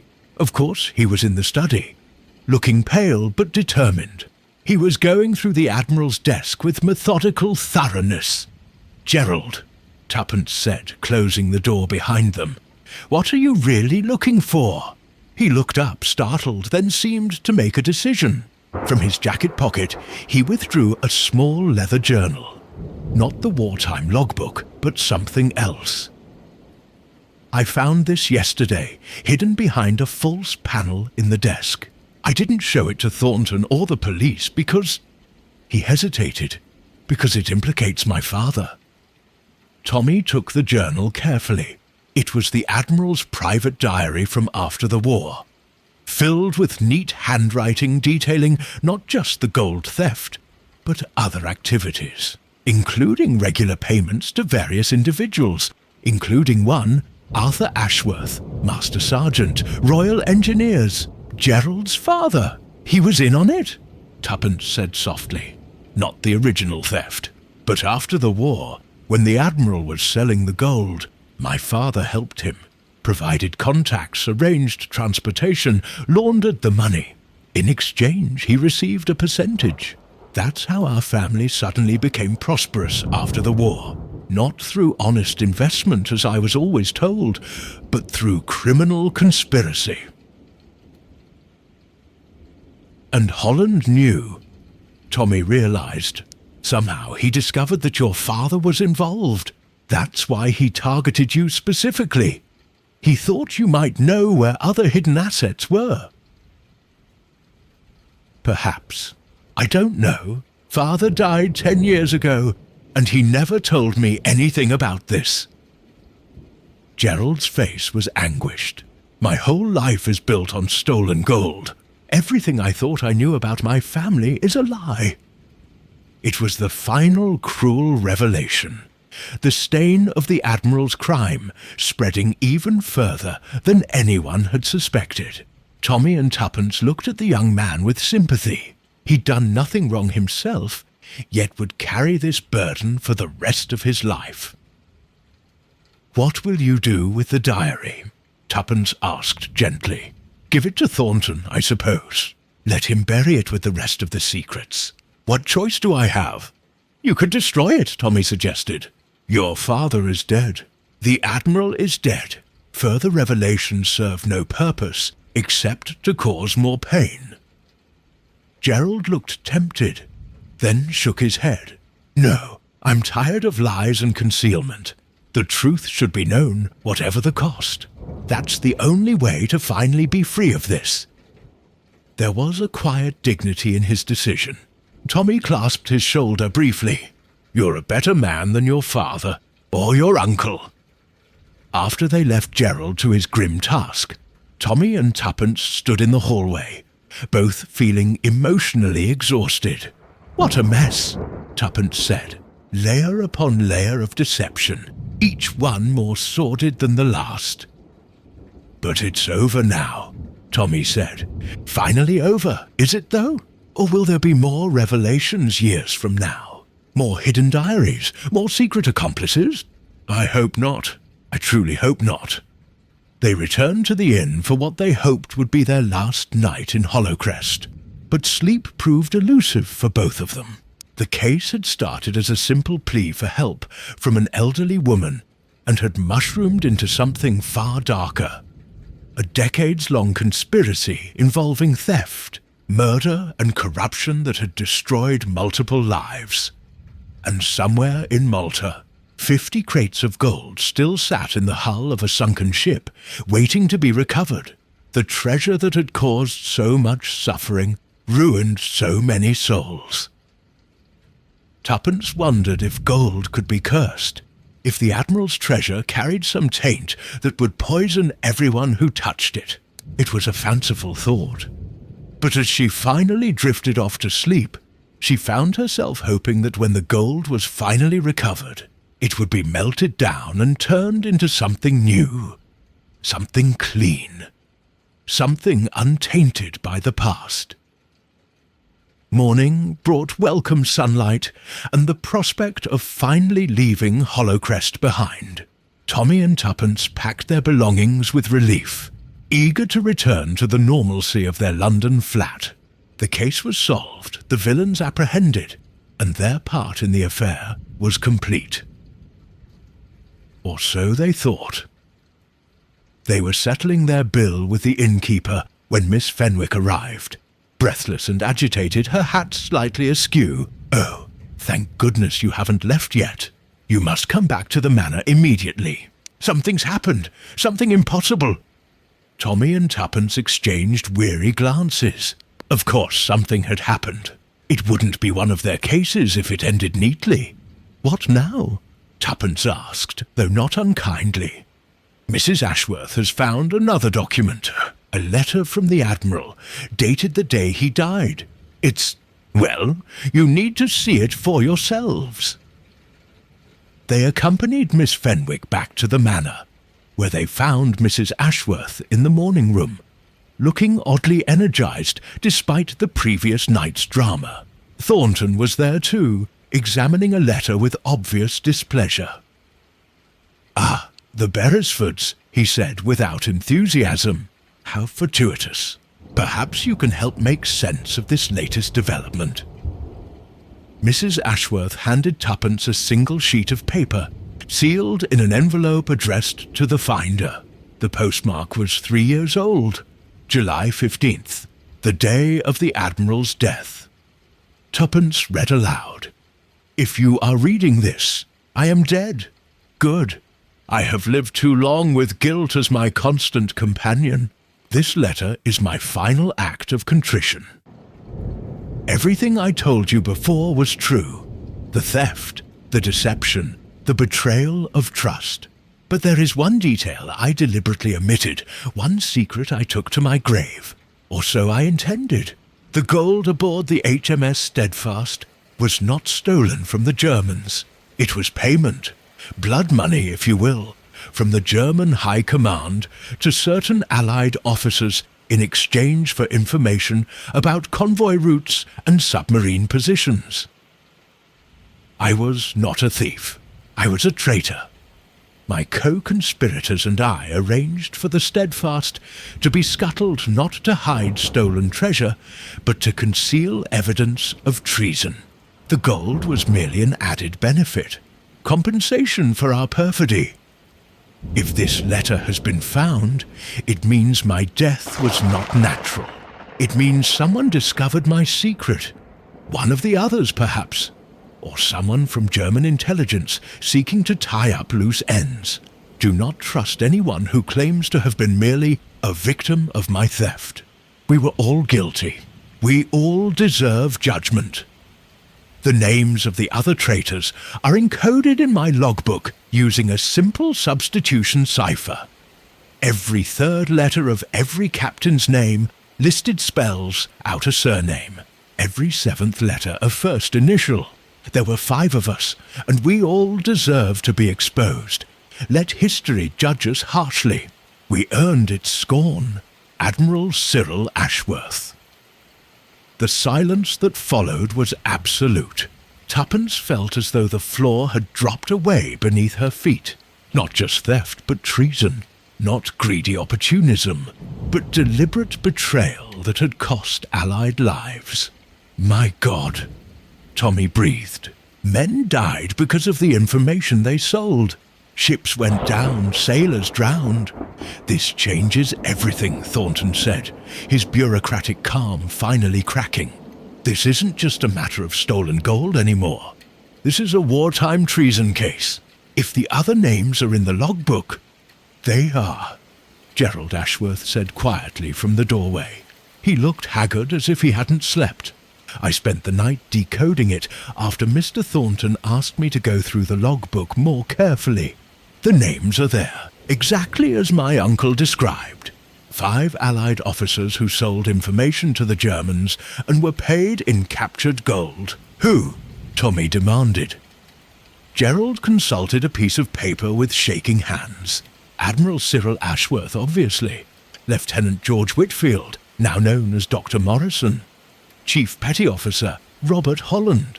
Lieutenant Sarah Davidson, now Mrs. Drake, and... He stopped, his voice breaking. And?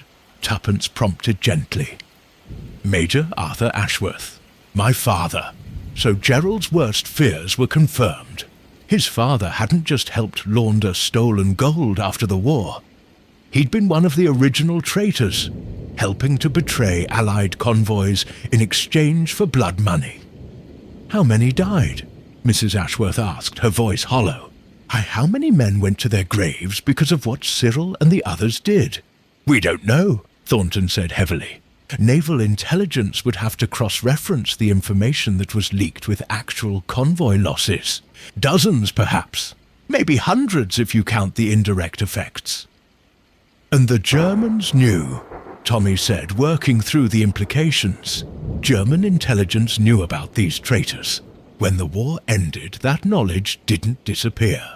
Files were captured, agents rounded up, but some escaped, went underground, and if one of them discovered that the traitors had survived and prospered, they might seek revenge, Tuppence finished, or blackmail. The Admiral said his death wasn't natural, Gerald pointed out. He said someone had discovered his secret, but we know Dr. Whitfield poisoned him. Was Whitfield working for German intelligence? No. Dr. Whitfield's voice came from the doorway, where he stood flanked by constables. Watkins had brought him from the station at Thornton's request. The doctor looked 10 years older than he had 2 days ago, his terminal illness evident in his hollow cheeks and trembling hands. I had no connection to German intelligence. I poisoned Cyril out of personal rage, nothing more. But perhaps... He paused, thinking. Perhaps I was manipulated into it. Explain, Thornton commanded. 3 years ago, I received an anonymous letter at my practice in Cornwall. It detailed my wartime crimes in damning accuracy and threatened to expose me unless I took action against Cyril Ashworth. At the time, I thought it was from one of the other conspirators, Holland or Davidson, trying to eliminate the Admiral before he could betray us all. So I came to Devon, established myself as the local doctor, and waited for my opportunity. But it wasn't from Holland or Davidson, Tommy said. No, because they received similar letters, I later learned. We were all being played, manipulated into action. Someone wanted the Admiral dead, and was using us to accomplish it. German intelligence, Thornton said with certainty. This is a foreign operation, undoubtedly. They wanted the Admiral eliminated and used his former co-conspirators to do it. Brilliant, really. We'd focus on the obvious suspects while the real killers remained hidden. But Tuppence was shaking her head. No, that doesn't make sense. If German intelligence wanted revenge or to silence witnesses, why wait 30 years? Why send elaborate letters instead of simply arranging an accident? And why would they care about exposing the conspiracy now, when Germany has been divided and occupied for decades? Then who? Mrs. Ashworth demanded. Someone with a personal stake, Tuppence said slowly, working it through. Someone who knew about the treason, who had reason to hate the Admiral, and who would benefit from his death. Someone who's been here all along, manipulating events. Tommy saw where she was going. Someone in this house. They all looked at each other with sudden suspicion, but the logical suspects had already been eliminated. Dr. Whitfield was the poisoner, yes, but he'd been manipulated. Mrs. Ashworth had been complicit, but she'd had no knowledge of the treason. Gerald was a victim. Miss Fenwick had only recently arrived. Holland was in custody. Mrs. Davidson— "Where is Mrs. Davidson?" Tommy asked suddenly. They searched the manor top to bottom, but the former housekeeper was gone. Her room had been cleared out, her belongings removed. According to the remaining staff, she'd left early that morning, saying she was going to stay with relatives in Exeter. But Thornton made inquiries and discovered there were no relatives in Exeter. Sarah Davidson had disappeared. "She's running," Gerald said. "She knows the truth is coming out and she's trying to escape." Or, Tuppence suggested, she never intended to stay. She accomplished what she came here to do, which was, Thornton demanded, revenge. Think about it. Davidson was part of the conspiracy, yes. But unlike the Admiral, who lived in comfort, or Whitfield and Holland, who at least maintained their freedom, what happened to her? A woman in the 1940s naval service involved in treason. Her career would have been destroyed. She would have lived in constant fear of exposure. While the Admiral grew wealthy and respected, she scrubbed floors and took orders as a servant. So she engineered his death, Tommy said, following the logic. She sent letters to Whitfield and Holland, knowing their hatred of the Admiral would drive them to action. She made sure the evidence would eventually surface, exposing everyone involved. She's been orchestrating this entire affair from the beginning. But to what end? Mrs. Ashworth asked. If she exposed the conspiracy, she'd be exposed too. Perhaps she didn't care anymore, Miss Fenwick said softly. Perhaps she felt that exposure and punishment were preferable to living with the guilt any longer. Some people reach a point where they'd rather face justice than continue hiding. It was a chilling thought that someone could be so consumed by remorse or rage that they'd deliberately destroy their own life along with everyone else's. Thornton was already organizing a search for Davidson, putting out alerts to ports and train stations. But Tuppence suspected they wouldn't find her easily. The woman had spent decades hiding in plain sight, patiently waiting for her moment. She'd planned this too carefully to be caught now. As the day wore on, more details emerged from the decoded logbook. The 5 conspirators had provided information on 7 major convoys, leading to successful German submarine attacks. Estimated deaths, over 300 Allied sailors. The gold they'd received in payment, approximately £2 million worth at wartime values, had been divided among them, with the Admiral keeping the lion's share by virtue of his rank. It was, by any measure, one of the most damaging acts of treason in British naval history, and it had been successfully concealed for 40 years. "This will have to be disclosed," Thornton said grimly. "Sealed, classified, but disclosed to the proper authorities. There will be investigations, inquiries. The families of the men who died deserve to know the truth, even if it must remain partially redacted." "And the gold?" Gerald asked quietly. "Will be recovered and returned to the Crown, as planned. The fact that it was payment for treason rather than stolen loot doesn't change that. If anything, it makes the recovery more urgent. Blood money should not remain hidden." By evening, exhaustion had set in. The case had gone from a simple mystery to a complex web of decades-old crimes and newer betrayals.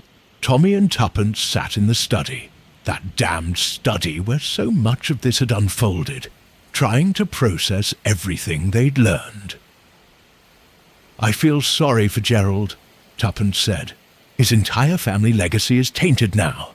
He'll survive. He's young and has integrity. That counts for something. And Mrs. Ashworth will live out her days haunted by what her husband did. But she'll do it quietly, probably here in this manor, alone. And Miss Fenwick, Tommy smiled slightly. Miss Fenwick will dine out on this story for years, I imagine. Discreetly, of course, but she'll be the woman who exposed a major wartime conspiracy. That's rather more exciting than losing one's spectacles at garden parties. Despite everything, Tuppence laughed. Trust Tommy to find the one bright spot in this mess. A knock came at the door, and Constable Watkins entered. Begging your pardon, but there's been a development. We've received word from Exeter. A woman matching Mrs. Davidson's description purchased a ticket on a ship to Malta. Malta. Of course. She's going after the gold herself, Tommy said. One final act before the government seizes it all. Or, Tuppence suggested, one final act of contrition. What if she's not stealing it, but ensuring it's properly recovered? What if this has all been about making certain the truth comes out and justice is served? It was an oddly noble thought about a woman who'd been party to treason and possibly murder. But people were complicated, Tuppence had learned.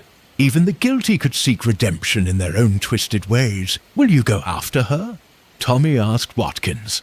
Mr. Thornton is arranging it now. British authorities in Malta have been notified. She won't get far, perhaps not.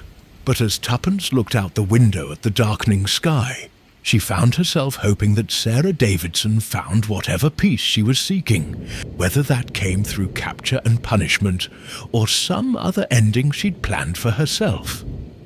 The case was essentially solved now. All that remained was paperwork and official proceedings. Their role was finished. Tomorrow, Tommy said, as if reading her thoughts. We go home. Back to London, back to normalcy. Do you think we can? Tuppence asked. After this, after learning what people are capable of, what secrets they can carry for decades. We've always known what people are capable of, my dear. That's why we do this work. To uncover truth and seek justice, even when both are uncomfortable. And when justice is complicated, when the victims are also perpetrators, and the villains have understandable motives, then, Tommy said quietly, we do the best we can. We tell the truth as we found it and let others decide what to do with it. That's all any detective can do. They sat in companionable silence as night fell over Hollowcrest Manor. Tomorrow would bring their departure and, hopefully, the closing of this dark chapter. But tonight, they simply sat together. Two aging detectives who'd stumbled onto a conspiracy far larger and more tragic than they'd imagined. Outside, an owl hooted in the darkness. Inside, the old house creaked and settled, keeping its remaining secrets. Some mysteries, Tuppence reflected, were never fully solved. Some questions had no satisfying answers, and some truths, even when uncovered, brought no real peace. But they'd done their duty, and that, in the end, was what mattered most. The following morning brought a telegram that changed everything. Tuppence read it at breakfast, then wordlessly passed it to Tommy. N. Davidson arrested Malta. Stop requests. Speak with Beresfords before official statement. Stop Thornton. They looked at each other across the marmalade and toast. She wants to confess to us, Tuppence said, before she tells the authorities. The question is why? Because we're the ones who uncovered the truth, and perhaps because we're not officials. We're just two people trying to understand. Within the hour, they were back at the manor, where Thornton had arranged a telephone connection to Malta. The line was crackling and distant, but Sarah Davidson's voice came through clearly enough. Mrs. Beresford. Mr. Beresford? "Thank you for taking my call, Mrs. Davidson," Tuppence said. "Or should I call you Lieutenant Davidson?" A dry laugh. "I haven't been called that in 40 years. But yes, that's who I am. Who I was." A pause. "I need to tell you the complete truth before the lawyers and politicians get involved and turn it into something sanitized. Will you listen?" "We're listening," Tommy assured her, and she told them. The full story, unvarnished and terrible. She'd been 23 when the Admiral recruited her into the conspiracy. Young, idealistic, desperate to prove herself in a service that barely tolerated women. He'd convinced her they were engaged in a secret intelligence operation, authorized at the highest levels. By the time she realized it was treason, she was too deeply implicated to back out. After the war, I tried to forget. I married briefly. He died. I worked as a nurse, a teacher, a dozen different jobs. But the guilt never left. And then I started seeing the others. The Admiral with his medals and manor house, Whitfield with his medical practice, Holland still free despite his crimes, while I scrubbed floors and lived in a bedsit. "So you decided to expose everyone," Tommy said. "Not at first. At first, I just wanted what was owed to me. My share of the gold. I wrote to the Admiral 3 years ago, demanding a meeting. He refused, said it was too dangerous, that we'd all hang if the truth came out. So I began investigating on my own. I discovered he'd kept records, a diary, and I realized that diary was the key to everything. So you arranged for Dr. Whitfield to poison him." "Yes, I knew George Whitfield hated the Admiral as much as I did. I sent him an anonymous letter suggesting the Admiral was planning to betray us all to save himself. I knew George would act. He was always impulsive, always angry. I simply gave him a target for that anger." "That's murder," Tuppence said quietly. "Yes, I'm a murderer. I accept that. But I'm also the reason the truth is finally coming out. The Admiral's death set everything in motion, the searches, the discoveries. Miss Fenwick finding the diary page. I'd been leaving clues for months, trying to lead someone to uncover the conspiracy. When Miss Fenwick arrived, I saw an opportunity. She was observant, intelligent, cautious. I knew she'd contact someone eventually." "You left the diary page in her room," Tommy realized. "Yes. And I've been subtly encouraging Gerald to search his uncle's papers, knowing he'd eventually find something incriminating. I've been orchestrating this entire revelation from the beginning." "Why not just go to the authorities yourself?" Tuppence asked. "Because then it would be my word against ghosts and absent witnesses.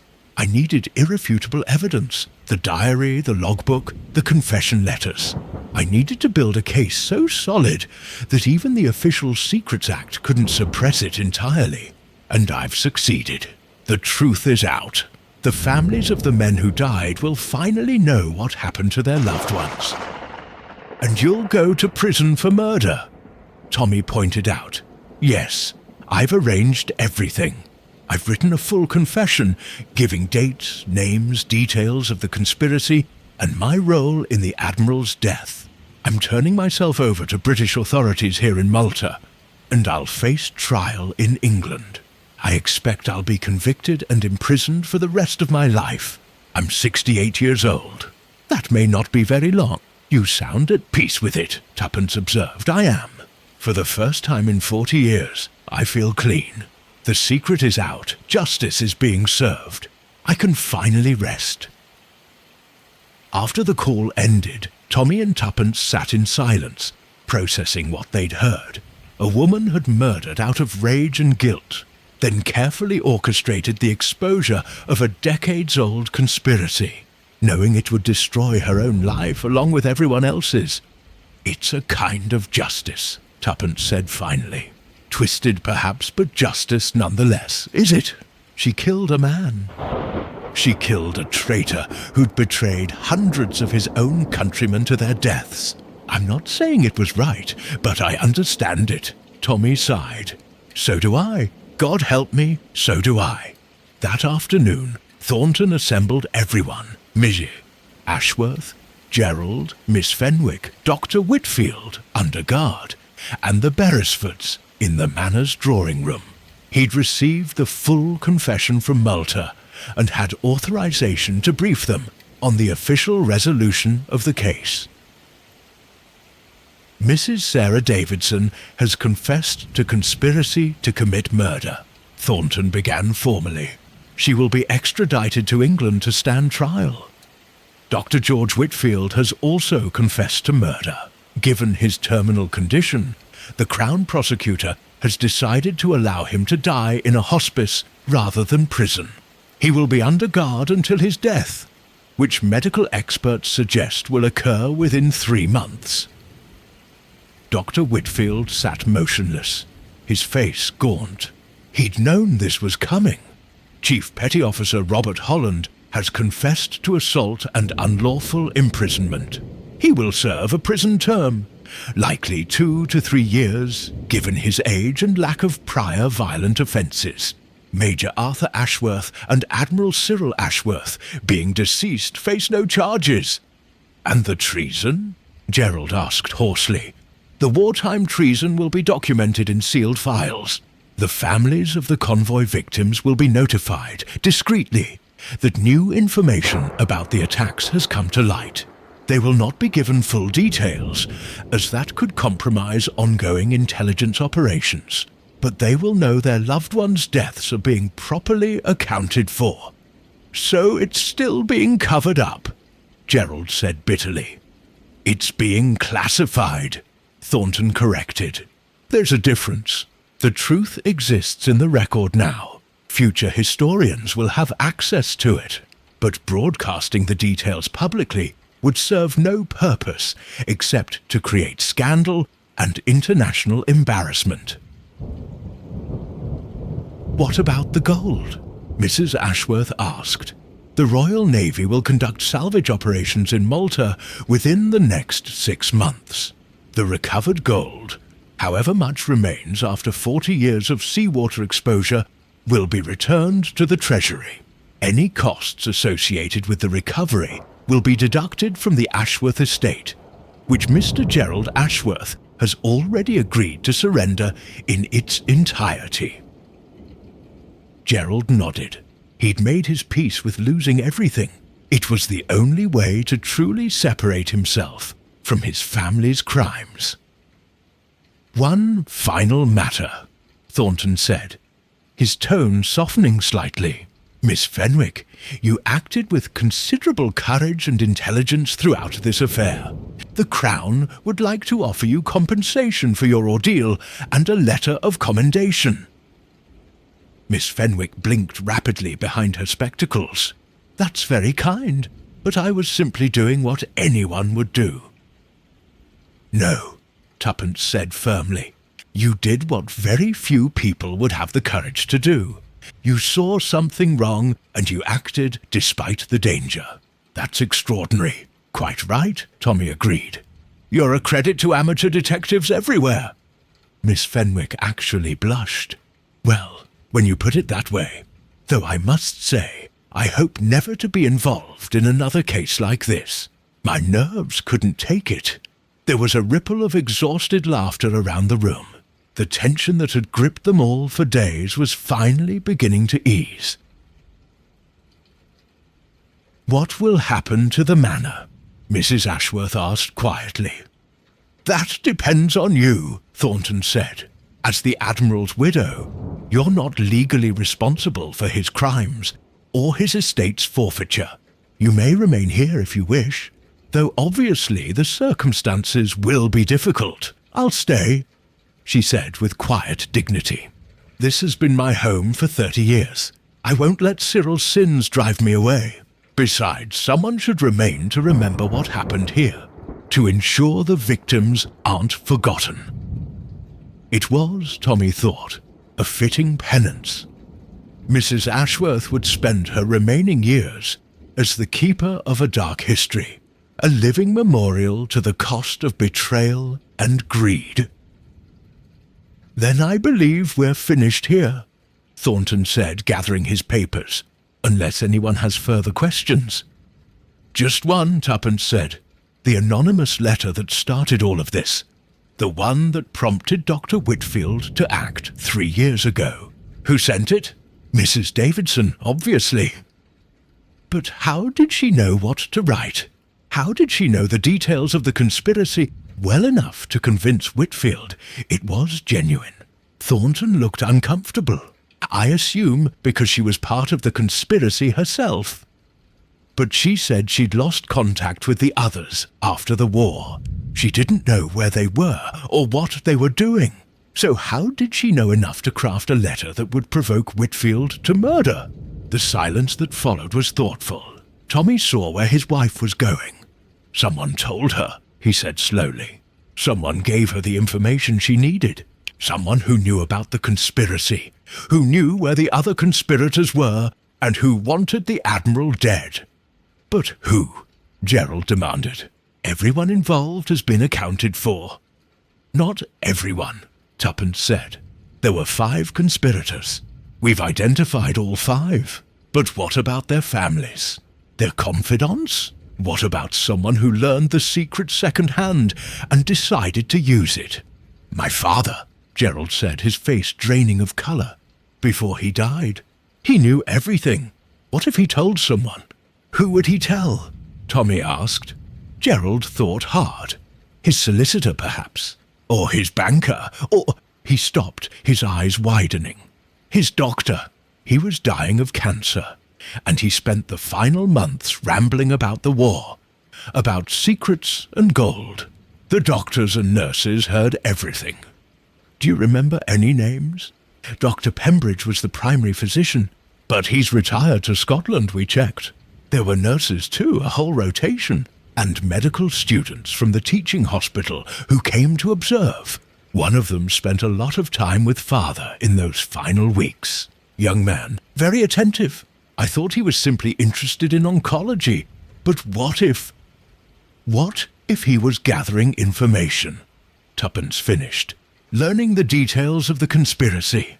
Then, after your father died, he approached Mrs. Davidson, fed her the information she needed, and manipulated her into acting. But why? Mrs. Ashworth asked. What would a medical student gain from exposing a wartime conspiracy? Perhaps nothing, Tommy mused. Or perhaps he was connected to one of the victims. Son or grandson of a sailor who died because of the betrayed convoy information. Someone who wanted justice, but needed others to execute it. Thornton was already making notes. I'll have my office investigate. If there was a manipulator behind Davidson, we need to identify them, though I suspect they'll have covered their tracks thoroughly. As we've all learned, Tuppence said, secrets have a way of lasting decades, but eventually the truth surfaces. It always does. The meeting broke up shortly after. As people dispersed to their various fates, Tommy and Tuppence found themselves alone in the drawing room once again, the site of so many revelations. Do you think we'll ever know the full truth? Tuppence asked. Probably not. Cases like this have layers upon layers. Every answer reveals 3 new questions. But we've done what we set out to do. We helped Miss Fenwick, we uncovered the conspiracy, and we ensured justice was served after a fashion. After a fashion? Tuppence repeated. That's the troubling part, isn't it? Justice that's sealed away, truths that can't be spoken. It doesn't feel quite right.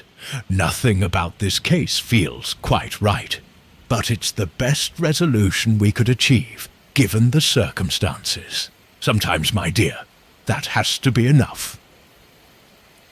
They walked out of Hollowcrest Manor for the last time as the sun began its descent toward the horizon. The case was closed, the mysteries solved, the conspirators exposed. Their work here was done. But as they reached the gates and looked back at the imposing structure, Tuppence couldn't shake the feeling that somewhere, someone was watching them. Someone who'd orchestrated much more than they realized. Someone who'd gotten away with the greatest manipulation of all, remaining undetected while others paid the price. Tommy, she said quietly, do you ever feel like we're puppets in someone else's game? He considered the question seriously. Sometimes, but even puppets can dance well if they try. And we've danced our way through this case as well as anyone could. That's something to be proud of. It would have to be enough. They were packed and ready to depart the following morning when the final piece fell into place. Tommy had been unable to sleep, his mind worrying at the loose ends like a dog with a bone. At 3 a.m, he rose and went through his notes one more time, laying out the timeline, the players, the connections, and there it was. A name that appeared twice in contexts that shouldn't intersect. Tuppence, he said, shaking her awake. Tuppence, wake up! I know who the puppet master is. She sat up, instantly alert.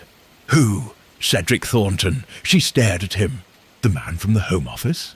Tommy, are you feeling quite well? Listen, Gerald's father died of cancer 10 years ago at a teaching hospital. Thornton would have been in his mid-50s then. The right age for a late career change. What if he wasn't always a bureaucrat? What if he'd been in military intelligence during the war? Someone who tracked the convoy losses and suspected treachery, but could never prove it. You're reaching, Tuppence said, but she was listening intently. Am I? Think about how perfectly everything unfolded once we arrived. Evidence appearing at exactly the right moments. Suspects confessing at convenient times. And Thornton always there, directing traffic, ensuring everything went according to plan. But he couldn't have poisoned the Admiral 3 years ago. He wasn't here. He didn't need to be here. He just needed to plant the information that would lead someone else to do it. He could have been the medical student, not literally, but someone working with one. He could have learned the details of the conspiracy from Arthur Ashworth, then fed that information to Mrs. Davidson through intermediaries. Tuppence was fully awake now, her mind racing. And when we arrived in response to Miss Fenwick's letter, a letter she sent because Davidson had been leaving clues and creating circumstances that would force her to seek outside help. Davidson thought she was orchestrating everything, but what if she was being manipulated too? By Thornton, who then appeared immediately after the first crisis, took control of the investigation, and has been guiding every development since. Tuppence threw back the covers. We need proof. We need to be very careful, Tommy corrected. If Thornton has been running this operation for years, he's dangerous. He's been playing a long game with people's lives as pieces. But why? What does he gain from exposing a 40-year-old conspiracy? Justice, perhaps? Or revenge? Or simply the satisfaction of seeing a wrong righted? Remember, if he lost someone in those convoy attacks, this would be deeply personal. They dressed quickly and made their way through the pre-dawn darkness to the police station. Constable Watkins was on night duty, looking surprised to see them at such an hour. Mr. and Mrs. Beresford, is something wrong? Watkins, Tommy said, I need you to check something for me. Can you access Thornton's official credentials? His employment history, his background? I suppose so. But why? Humour me, please. Watkins hesitated, then shrugged and made a telephone call to a colleague at the Home Office. The conversation that followed was brief and revealing. That's odd, Watkins said as he hung up. My contact says Thornton was assigned to this case specifically at his own request. He's normally in the Eastern Division handling trade disputes, not criminal investigations in Devon. And before joining the Home Office 20 years ago, He consulted his notes. A Royal Navy intelligence, serving from 1939 to 1945. During the convoy operations, Tommy said grimly, Watkins, I think we've been played. By everyone. But especially by Thornton. Before Watkins could respond, the door opened and Cedric Thornton himself walked in, looking entirely unsurprised to see them. "Good morning, Mr. and Mrs. Beresford. I wondered when you'd work it out. You're both far too intelligent not to eventually see the pattern." His tone was conversational, but there was something different about him now.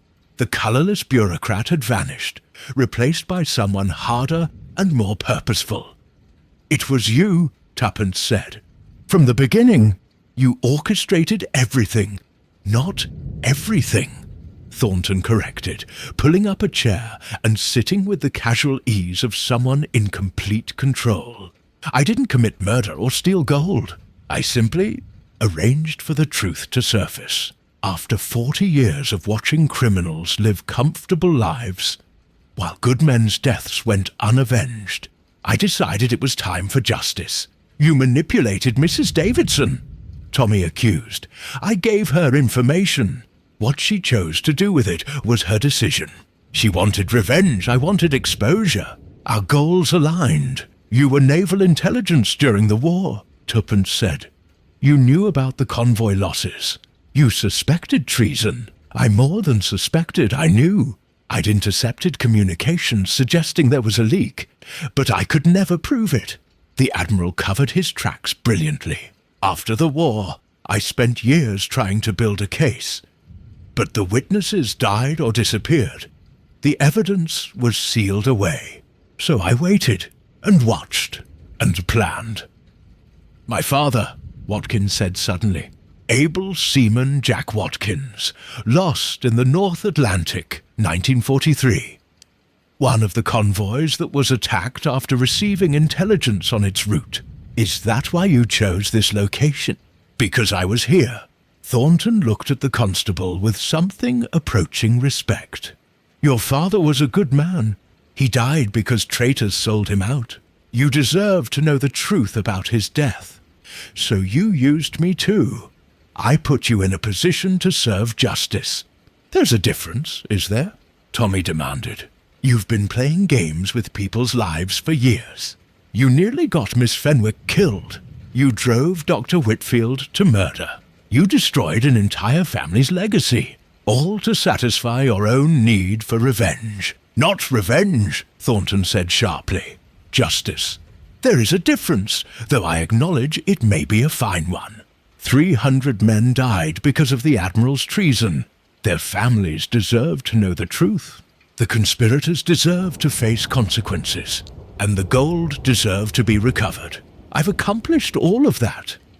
By breaking the law yourself," Tuppence pointed out. "Show me where I've broken the law. I gave information to people who made their own choices. I requested assignment to a case within my jurisdiction. I've filed proper reports through proper channels. I've done everything by the book. Just a very carefully choreographed book." Tommy had to admit, albeit grudgingly, that Thornton had been brilliant. Every move legal, every action defensible, yet the cumulative effect was the manipulation of an entire investigation. "What happens now?"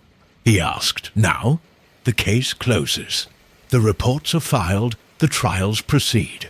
Davidson and Whitfield face justice. Holland serves his sentence.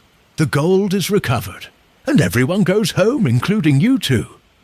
Thornton stood. "You've been invaluable, truly. Your presence lent credibility, and your detective skills ensured all the pieces came together properly. I couldn't have asked for better unwitting assistance." "We're not done here," Tuppence said coldly. "Aren't you? What exactly do you plan to do? Report me? For what crime? Accuse me of manipulation? Prove it. Every action I've taken can be justified within my official capacity. You're angry because you don't like being used, and I don't blame you. But the work is done, and it's good work. Justice has been served, however imperfectly." He moved toward the door, then paused. "For what it's worth, I am sorry for the deception. But I've devoted 20 years to bringing the Hollow Crest conspirators to justice. I wasn't going to let anything or anyone prevent that from happening." After he'd gone, the three of them sat in stunned silence. "Can we stop him?" Watkins asked finally. "No," Tommy said heavily. "He's right. He's broken no laws we can prove. And worse, he's accomplished what we set out to do. The truth is exposed, the guilty are facing consequences. Can we really argue with the results? But the methods," Tuppence began, "were manipulative and deceitful. Yes, but so were the Admiral's. So were Davidson's.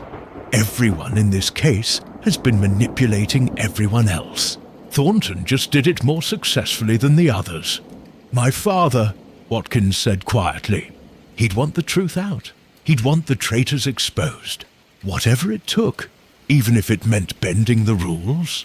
Tuppence asked. "Especially if it meant bending the rules. Dad had no patience for playing fair with people who didn't play fair themselves. It was, in the end, the crux of the matter. Did the ends justify the means? Could manipulation be excused if it achieved justice? Were Thornton's actions morally different from the detectives who lied to suspects to elicit confessions? Or the prosecutors who offered deals to lesser criminals to catch greater ones? "We could expose him," Tommy said. "Write a report detailing his manipulation. It wouldn't result in legal action, but it might cost him his career." "And accomplish what?" Tuppence asked. "Revenge? Satisfaction? Would it serve any greater good?" They debated it as dawn broke over Hollowcrest, painting the sky in shades of grey and pink. In the end, they made their decision based on a simple principle. The truth mattered more than their wounded pride. Thornton had manipulated them, yes, but he'd also achieved justice for 300 dead sailors and their families.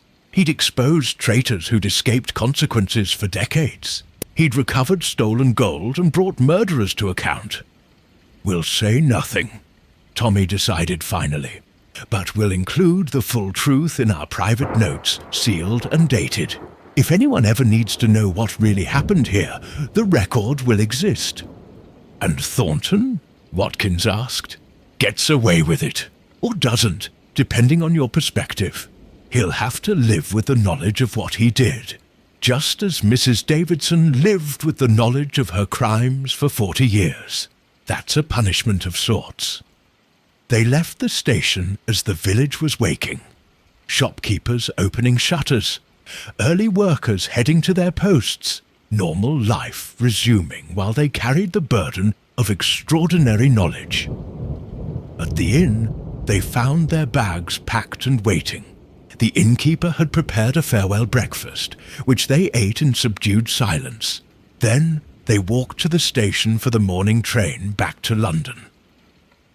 As the locomotive pulled in, belching steam and smoke, Tuppence turned for one last look at Hollowcrest. The manor was visible in the distance, grey stone against green hills, looking peaceful and innocent in the morning light. But they knew better now. They knew the shadows it held, the secrets it kept. "Do you think it's over?" she asked Tommy. "The case?" "Yes, but the consequences will echo for years. That's the nature of secrets. Even when exposed, they continue to ripple outward, affecting lives in ways we can't predict." They boarded the train and found their compartment. As the whistle blew and they began to move, pulling away from Hollowcrest and its dark history, Tuppence felt the tension finally leaving her shoulders. "Home," she said, "finally. And no more cases for a while," Tommy added firmly. "We've earned a rest." Tuppence smiled but said nothing. They both knew that somewhere someone was already preparing to write them a letter about a mysterious occurrence, an impossible crime, a desperate plea for help. Because that was their life. Two aging detectives who couldn't resist a good mystery, no matter how complicated or dangerous. The train carried them south through the countryside, leaving Devon behind, but the memory of Hollowcrest would stay with them forever. a reminder that justice was rarely simple. Truth was often uncomfortable, and even the righteous could be manipulated if one was clever enough. And Cedric Thornton had been very clever indeed. 3 weeks later, Tommy and Tuppence sat in their London flat, tea and biscuits arranged on the table between them, the afternoon sun slanting through the windows. They'd settled back into their comfortable routine. Newspapers in the morning, walks in the park, quiet evenings by the fire. But Hollow Crest hadn't entirely released its grip. "Another letter from Miss Fenwick," Tuppence said, opening the day's post. "She's moved to a cottage in Surrey. Mrs. Ashworth helped her with the purchase. Apparently the compensation from the Crown was quite generous." "And Mrs. Ashworth herself?" "Remains at the manor. Gerald visits weekly, trying to forge some kind of relationship despite everything. She's turned part of the house into a sort of memorial. Photographs of the men who died in the convoy attacks, their names recorded properly. A private monument to the victims of the conspiracy." "A fitting penance," Tommy observed. "Dr. Whitfield died last week, peacefully in his sleep at the hospice. Davidson's trial is set for next month. Her solicitor is arguing diminished capacity and emotional distress. She might get a reduced sentence, and Holland, already serving his time. Apparently he's teaching other inmates to read. Found religion, the report says, though I suspect he's simply found something to do with his remaining years." Tommy set down his teacup. "What about Thornton?" "Nothing. Complete silence from that quarter. I did some discreet inquiring. He's been promoted. Deputy Director of Special Investigations now. His handling of the Hollow Crest affair was praised as exemplary." "Of course it was." Tommy's tone was dry.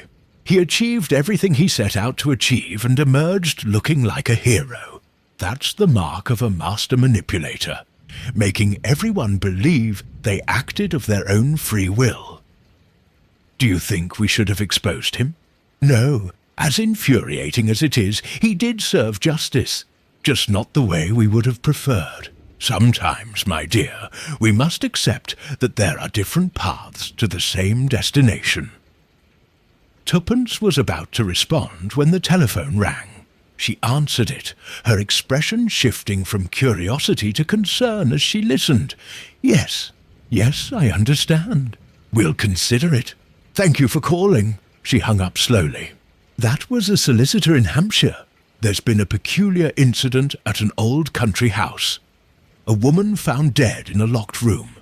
No signs of violence. And her will has mysteriously gone missing. The family is at each other's throats. Would we be interested in looking into it?"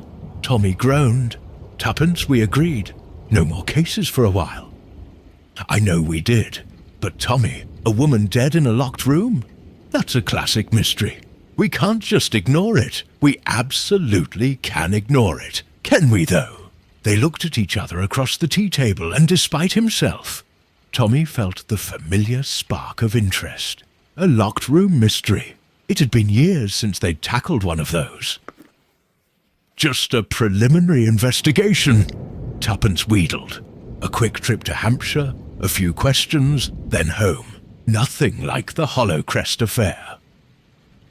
"That's what you said about Hollow Crest," Tommy reminded her. "Miss Fenwick's letter seemed perfectly harmless too." "Yes, but what are the odds of stumbling onto another decades-old conspiracy involving wartime treason and murder? With our luck, higher than you'd think." But he was already standing, moving toward his study to fetch his notebook and magnifying glass, because Tuppence was right, as she usually was. They couldn't ignore a good mystery. It was what they did, what they'd always done. Two people who believed that truth mattered, that justice, however imperfect, was worth pursuing. "One condition," he said. "At the first sign of government conspiracies, sealed files, or official secrets acts, We withdraw immediately. Agreed, Tuppence said cheerfully, already planning what to pack. That evening, as they prepared for their journey to Hampshire, Tuppence found herself thinking about Hollowcrest one last time. The case had taught her uncomfortable truths about manipulation, justice, and the fine line between righteousness and revenge. "Tommy," she said as they stood looking out at the London evening, "do you think we're good people?" He turned to her, surprised. "What brought that on?" "Hollowcrest. We helped expose crimes, yes. But in doing so, we also destroyed lives, revealed secrets that caused immeasurable pain. Are we really any different from Thornton? We manipulate people too, ask leading questions, set traps, push suspects into revealing themselves." "There's a difference," Tommy said firmly. "We seek truth openly. We don't orchestrate murders or manipulate people into destroying themselves. We investigate, we uncover, we reveal. What people do with that information is their choice, is it? Or do we create circumstances where they have no choice but to confess?" "Now you're being too philosophical for a Tuesday evening. We're not perfect, Tuppence. We've never claimed to be. But we try to do right, and when we fail, we acknowledge it. That's more than most people manage." She leaned against him, taking comfort in the solid reality of his presence. "I suppose you're right. And besides, someone has to investigate locked room mysteries in Hampshire." "Exactly. It's practically our civic duty." They laughed, and the weight of Hollowcrest lifted a little more. The case was behind them now, filed away in memory and sealed in their private records. Whatever had really happened there, whatever complex web of manipulation, justice, revenge, and redemption had played out, they'd done their part. The truth was known. The guilty had faced consequences. And most importantly, Miss Agatha Fenwick was safe and happy in her Surrey cottage, having proved herself far braver than anyone, including herself, had expected. That was something. Perhaps that was enough. "Hampshire tomorrow, then," Tommy said, closing the curtains against the gathering night. "Hampshire tomorrow," Tuppence agreed. "And Tommy?" "Yes, my dear. No matter what we find there, let's try not to uncover any 40-year-old government conspiracies. I don't think my nerves can take another one." "Agreed. Just a simple locked room mystery. How complicated could it be?" They exchanged glances and simultaneously burst out laughing, because they both knew. With their luck, it would be anything but simple. But that was all right. They'd faced down traitors, murderers, and master manipulators. They could handle whatever Hampshire had to throw at them. Together, as they always had, as they always would. The tea grew cold in their cups, forgotten as they made plans and prepared for the next adventure. Outside, London carried on its eternal rhythm, indifferent to mysteries solved and secrets revealed, already creating new puzzles for curious detectives to unravel. And somewhere in a government office, Cedric Thornton sat reviewing files on another case, another injustice waiting to be addressed, another complicated game of manipulation and justice that would require years of patient planning. Some people collected stamps or coins. Thornton collected exposed conspiracies. But that was a story for another day. For now, Tommy and Tuppence Beresford were going to Hampshire, and whatever they found there, locked rooms, missing wills, mysterious deaths, they would face it together with wit, courage, and the certain knowledge that truth, however uncomfortable, was always worth pursuing. Even if it took them 40 years to find it.